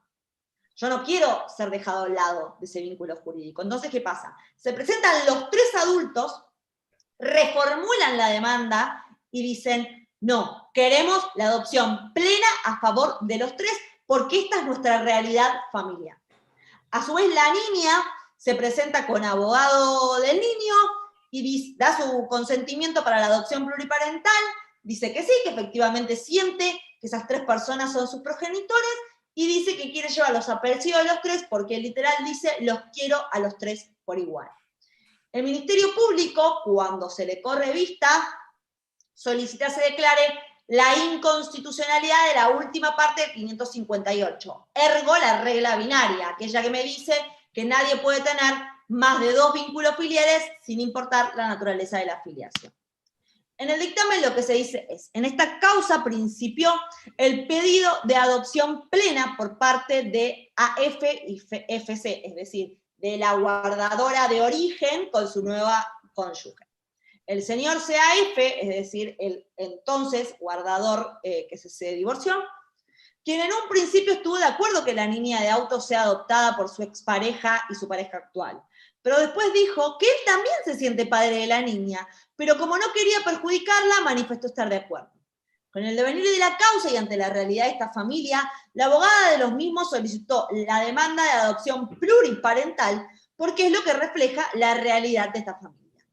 Esta situación familiar fue corroborada por el informe del equipo técnico del mes de julio del año 2018, donde surgió claramente que la niña de autos identifica a los ambos hombres como sus papás, y esta mirada técnica externa a las audiencias anteriores que tuvimos con este grupo familiar no hizo más que confirmar lo que vimos en aquel momento en la audiencia. Esto es lo que la niña identifica a los seres F y F, es decir, a los dos señores, como sus papás. Lo que hoy estoy reconociendo aquí es la socioafectividad, vislumbrada en este grupo familiar. Si no se reconoce esto, no se reconocen los vínculos socioafectivos creados. Por todo ello, me lleva a la convicción que debe declararse la inconstitucionalidad de la norma de mención y de cualquier norma del Código Civil y Comercial que entre en pugna con la adopción plena pluriparental de la niña en autos. No nos olvidemos que nuestro código es un código de la diversidad y multicultural, que marcó muchas situaciones familiares y no la de los pretensos actuados. Lo que no quiere decir que a futuro ello no suceda, de medio como que ahí desliza, bueno, habrá que revisar el 558. ¿Qué es lo que dice la jueza? Hace el cruce entre el principio de socioafectividad, es decir, entender al afecto como un valor que debe ser protegido por parte del Estado, un valor, un principio, un elemento de valor para la justicia, y el impacto que eso tiene en el derecho de familias. Y dice, la noción de familia y filiación son una creación cultural, sujeta a los cambios que operan en los pueblos. La constitucionalidad del derecho de familia otorga protección integral a la familia en un sentido amplio, donde identidad y afectividad son elementos fundamentales de esta conceptualización, sin dejar de mencionar el principal y que ilumina el instituto de la adopción, esto es, el interés superior del niño. En este camino no puede soslayarse el valor que adquiere la socioafectividad para la aceptación de nuevas realidades que se presentan y las que deben dársele una respuesta.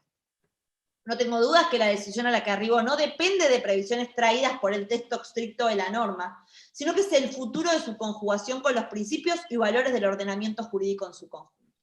Es necesario escuchar lo que sucede en la realidad familiar, que se está gestando, y que sean los hechos concretos los que funden mi decisión, ¿no? Esta idea de las leyes no pueden pesar en su cumplimiento sobre las personas de carne y hueso, sino que es la ley la que se tiene que adaptar a la persona de carne y hueso sobre la cual se aplica.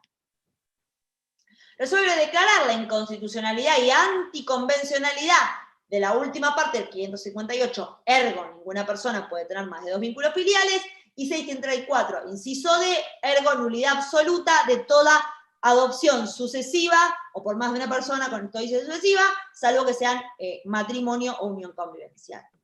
Les otorga la adopción plena pluriparental de la niña, y bueno, después habla de los efectos retroactivos con relación a cada uno, porque las guardas con fines de adopción se habían dado en momentos diferentes. Ahora sí, hemos terminado el temario preparado para hoy.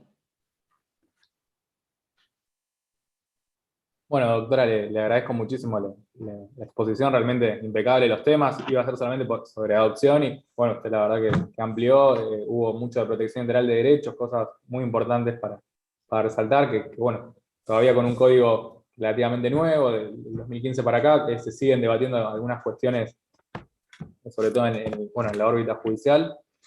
Así que, bueno, muchísimo para pensar y, bueno, para tener en cuenta en este tipo de casos. Bueno, hablar la responsabilidad del Estado en todos estos procesos, la responsabilidad objetiva. Bueno, nada, en los procesos excluyentes me acuerdo inevitablemente de la práctica en la casuística, como trabajo con esos expedientes también en un juzgado de familia, que muchas veces, sin llegar a la sentencia, digamos, que dicta la adopción, ya en los procesos de vinculación, cuando se buscan estos postulantes, muchos terminan cayéndose, lo cual es, la verdad, es una noticia tristísima, ya cuando la institución nos informa que no va bien la vinculación, o que ocurrió algo que se venía dando en forma positiva y por algún motivo nos piden que suspendamos, y bueno, después el juzgado por lo general, antes de tomar una decisión arbitraria, bueno, cita a las partes, también, bueno, cita a los niños, también para escuchar a ver su opinión y cuál es su deseo. Y bueno, muchas veces cuando esas vinculaciones se caen, es feo en todo sentido. Volver a pedir un nuevo listado del registro, si es que no se terminó de trabajar con el listado anterior, avisarle a los postulantes que a lo mejor tenían la ilusión, pero había cuestiones en lo vincular o en su proyecto adoptivo que no se dan. Y bueno, la verdad que uno trata de bueno, remitirse a lo que dice el juez, pero bueno, en mi caso particular siempre me quedo como mal, más allá de lo que es lo que dura la audiencia o el contacto con ellos, pues bueno, uno ve la tristeza en la gente, pero también uno, desde el lado del juzgado, tiene que velar por lo que es el interés superior. Y bueno, como decía la doctora, ni hablar que al momento de dictar una sentencia de mérito con todos los elementos, tiene que estar bien consolidado el vínculo de los niños con esa familia adoptiva, que bueno, que ya por la situación de extrema vulnerabilidad que vienen estos chicos, bueno, el Estado tiene que velar porque bueno, esa nueva familia que va a tener garantice un montón de cuestiones para que bueno, se pueda dar de la mejor manera. Bueno, mínimamente tomar todos esos recaudos, después, bueno, nada, un montón de circunstancias que se van dando en los procesos. Y bueno, nada, después quería destacar la calidad académica, la verdad que la exposición clarísima, con muchas cuestiones del nuevo código para pensarlo, y los fallos nivel de posgrado, muchos los he visto también en la especialización, así como la verdad, completísima la charla. Y bueno, ahí veo que me iba a decir justo que por el chat podían hacer las preguntas que quisieran o desactivar los micrófonos. Me preguntan por el material, lo cual lo vamos a subir a la página de la asociación. Así que bueno, en esta semana seguramente estemos subiendo todo. Tengo también lo del doctor Notrica, que en su momento expuso también para subir. Así que bueno, de mi parte, nada, ahora escuchamos las preguntas. Agradecerle a usted, doctora, por la exposición, que es clarísima, súper interesante. Y bueno, y a todos ustedes también por la hora, el día de la semana, estar escuchando, estar atentos acá, estar la verdad presentes, agradecerles. Gracias a ustedes por la invitación, por la confianza, a los que aguantaron hasta el final. A esta hora le decía a Pablo, digo, hay que tener aguante, porque aparte a mitad de semana, Mariana se arranca, se sigue, así que de verdad, muchas gracias, tanto a Novadacta como a Pablo y como a todas las personas que están acá y las que se fueron retirando durante la exposición, la verdad, muy agradecida. No sé si alguno tiene alguna duda, comentario, algo que quieran compartir, este es el momento. Yo en un momento, doctora, vi que hizo una cita de autor, pregunto yo, perdón, para que vayamos a una otra pregunta. Vi que citaba a una persona como asesor tutelar. ¿Eso a qué refería puntualmente? Me quedó En el un asesor Ministerio de... Público de la ciudad se llama, Ah, o sea, el asesor de incapaces se denomina asesor tutelar. perfecto, doctora, está bien. Tenía esa duda. Moreno, y Moreno es asesor tutelar en la asesoría, si no recuerdo mal, 3 o 6 del Ministerio Público de Cava. Perfecto, justo me surgió la duda, pero no quería interrumpir, que venía con el hilo conductor de la clase. Se los recomiendo muchísimo a Gustavo Moreno para todo el cruce de sistema de protección integral y derechos económicos, sociales y culturales. La verdad que es muy, muy bueno. Pues muchas gracias. Acá la doctora Mara Luz Balano, muchas gracias por la hermosa capacitación que han llevado adelante todos los profesionales en estos 4 encuentros. Excelente, muy agradecida.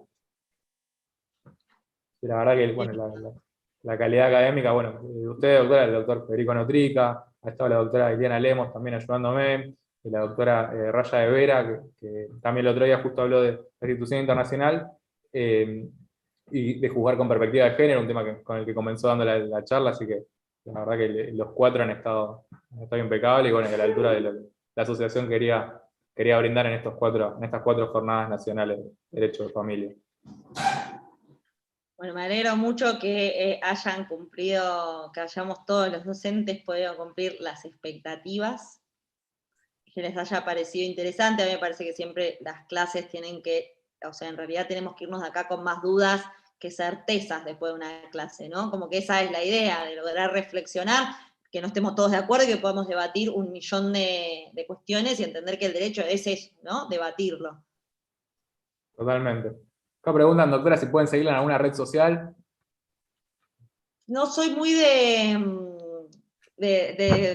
pregonearme por las redes sociales, la verdad, me tengo que agiornar con el tema de publicitarme por la red social. Pero si quieren pueden anotar mi mail y lo tienen para consultarme lo que quieran.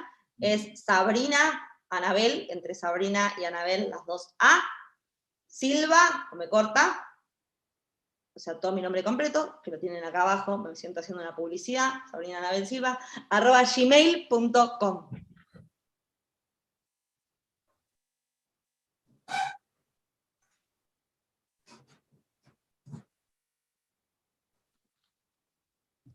Así que, bueno, cualquier cosa, duda, lo que quieran compartir, si quieren alguna sentencia en particular, de todas maneras a Pablo le voy a pasar el power, pero me la pueden pedir y no tengo ningún problema en pasárselas. De esto podríamos hablar 1000 horas, pero bueno, hay que recortarlo. Así que Totalmente. de todos los temas ya vamos a tener tiempo de poder debatirlos más en profundidad. Adopción es un temón enorme y a veces elegir los temas o discusiones particulares dentro del campo adoptivo también es difícil y uno termina dejando discusiones por fuera. Pero bueno, nada, obviamente el material que quieran, busquen, me lo pueden pedir. Igual completísimo, doctora. Aparte, bueno, habló muchísimo de protección integral de derechos, que era un tema ya el año pasado pedían que hagamos unas jornadas, así que bueno, la verdad que lo preparó con poco tiempo, bueno, que surgió el inconveniente del doctor Notrica, y la verdad que bueno, súper súper completo, y bueno, y ahí de protección integral de derechos, o sea, adhiero obviamente a todo lo que ha expuesto la doctora, y no dejo de resaltar lo que dijo en cuanto a la excepcionalidad de esa medida, que tengan en cuenta eso, que para que el órgano administrativo llegue a dictar una medida excepcional, que después el juez, si amerita, dictará o no la legalidad, es porque se agotaban los recursos que tuvo como para que, bueno, que la familia de origen pudiera restituir esas situaciones de vulneración que sufren los niños, niñas o adolescentes. Y a partir de eso inicia todo el proceso. No es que ante la primera de cambio el organismo lo hace, sino que, bueno, nada, hace un trabajo integral, interdisciplinario, y es es el último recurso que tiene porque no se pudieron restituir esos derechos. Nada más como para poner, dejar eso señalado, que si bien usted lo volvió a resaltar varias veces, digo, para marcar esa pauta, y después no mucho más para decir. Creo que los temas han sido claros e interesantes, y bueno, hubo mucho también jurisprudencia que nos sirve de apoyo para entender cómo los jueces interpretan el nuevo Código Civil y Comercial con esto, sobre todo en la parte de adopción, filiación. Gracias, Novadopta, el curso superó mis expectativas. La doctora Ochoa, que preguntaba también por seguirla en las redes sociales, bueno, la verdad que bueno, la calidad académica fue muy alta. Me pidió eso Pal, el director de la asociación, y bueno, la verdad que creo que lo hemos logrado con los docentes que tuvimos. Me alegro mucho de que haya sido de esa manera, que les haya parecido interesante como todas las clases que tuvieron, o encuentros en realidad. Hay una manito levantada, pero no sé si alguien quiere desactivar los micrófonos, si no hay nada más. Mira, ¿puedo hacer una pregunta? Sí. A mí se me ocurre el caso de, por ejemplo, ¿qué se podría hacer? Han pasado muchos casos en que los niños pasan tanto tiempo con los abuelos que a veces lo toman como padres a los abuelos, cualquiera sea, ¿no? Paternos o maternos, con quien se críen y pasan más tiempo, que lo llevan a la escuela, lo educan, bueno, con el que le pasan más tiempo que con los propios padres. Y a veces lo reconocen más a ellos como papás, o le dicen papá, o papi, o mami, que a los propios padres. En ese caso, ¿qué podría hacer los abuelos? ¿Se podría hacer como una guarda, una adopción o algo en caso de que se vea desprotegido el menor por parte de los padres biológicos? La adopción a ascendientes está prohibida y es de nulidad absoluta. Eso no se puede hacer. De hecho, han habido planteos, sobre todo en justicia nacional, en la cuales los abuelos solicitan la adopción y muy criteriosamente no pueden adoptar a los nietos. le dicen no al lugar. Y esa imposibilidad también está basada en cuestiones que tienen que ver con otras disciplinas, de todo lo que implica la confusión de roles con un vínculo de parentesco tan cercano como son los abuelos. Eso en primer lugar, y desde la sentencia de adopción propiamente dicha. Pero más allá de eso, usted, cuando fuimos viendo en las distintas sentencias que vimos, y está así dicho en el código y varias veces reforzado, no se puede dictar la situación de adoptabilidad si cualquier familiar ofrece asumir la guarda o la tutela, y esa guarda o tutela es considerada en el interés superior de la persona cuya declaración de situación de adoptabilidad se debate. Y justamente las figuras jurídicas que tienen la familia ampliada no es la adopción, sino la guarda o la tutela. La diferencia básicamente entre guarda o tutela es que la guarda es una figura jurídica que está pensada para durar, o digamos, ser acotada en el tiempo. De hecho, en la regulación de la guarda puede ser de 1 año, prorrogable por 1 año más, y si no, se tiene que ir a una figura jurídica de mayor estabilidad, como la tutela. Ahora bien, no les obliga, la realidad es que la regulación de la tutela no es muy buena. ¿Por qué? Porque cuando uno va a qué facultades tiene el tutor por sus tutelados, más allá de estas palabras espantosas, la realidad es que la representación es solo económica. O sea, la diferencia grande entre guarda y tutela, más allá de que la tutela no tiene un periodo, sino que es una circunstancia a perdurar en el tiempo, es que la persona que tiene a su favor una sentencia de tutela es representante legal. La persona que es guardadora no es representante legal de la persona menor de edad. Es decir, mientras la tutela tiene funciones de representación, la guardia no tiene esas funciones de representación, sino que la representación legal sigue estando en cabeza de los progenitores. Ahora bien, como está regulada la tutela, cuando uno va y la lee expresamente, esa representación está pensada más en términos patrimoniales que personales, que son la mayor de las veces los que más le interesan, o el efecto jurídico que uno más necesita en la vida cotidiana. Eso Claro. lo que ha generado en la práctica es que se solicite la declaración de inconstitucionalidad del plazo de guarda. Entonces, ahí también hay todo un debate de si efectivamente no habría que reformar la tutela, y con eso me voy por las ramas. Pero volviendo a tu pregunta, los abuelos no pueden adoptar, tienen la guarda o la tutela.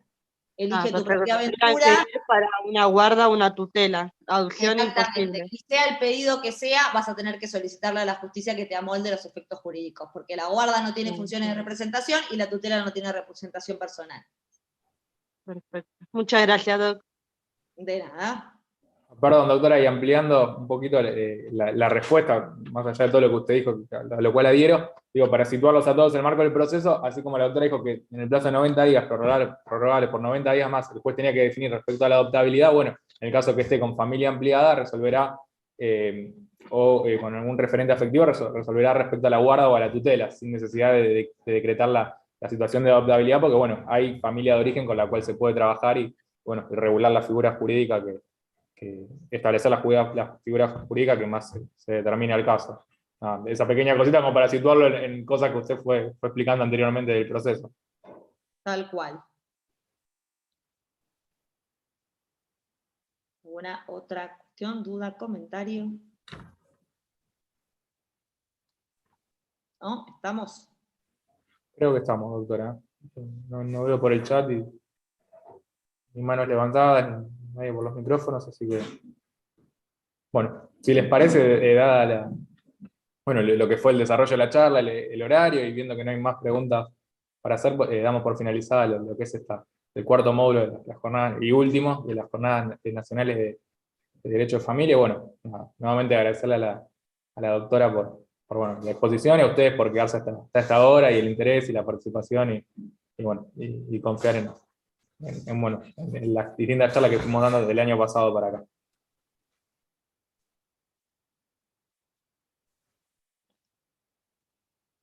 Bueno, Bueno, muchas gracias a todos. Buenas noches. buenas noches.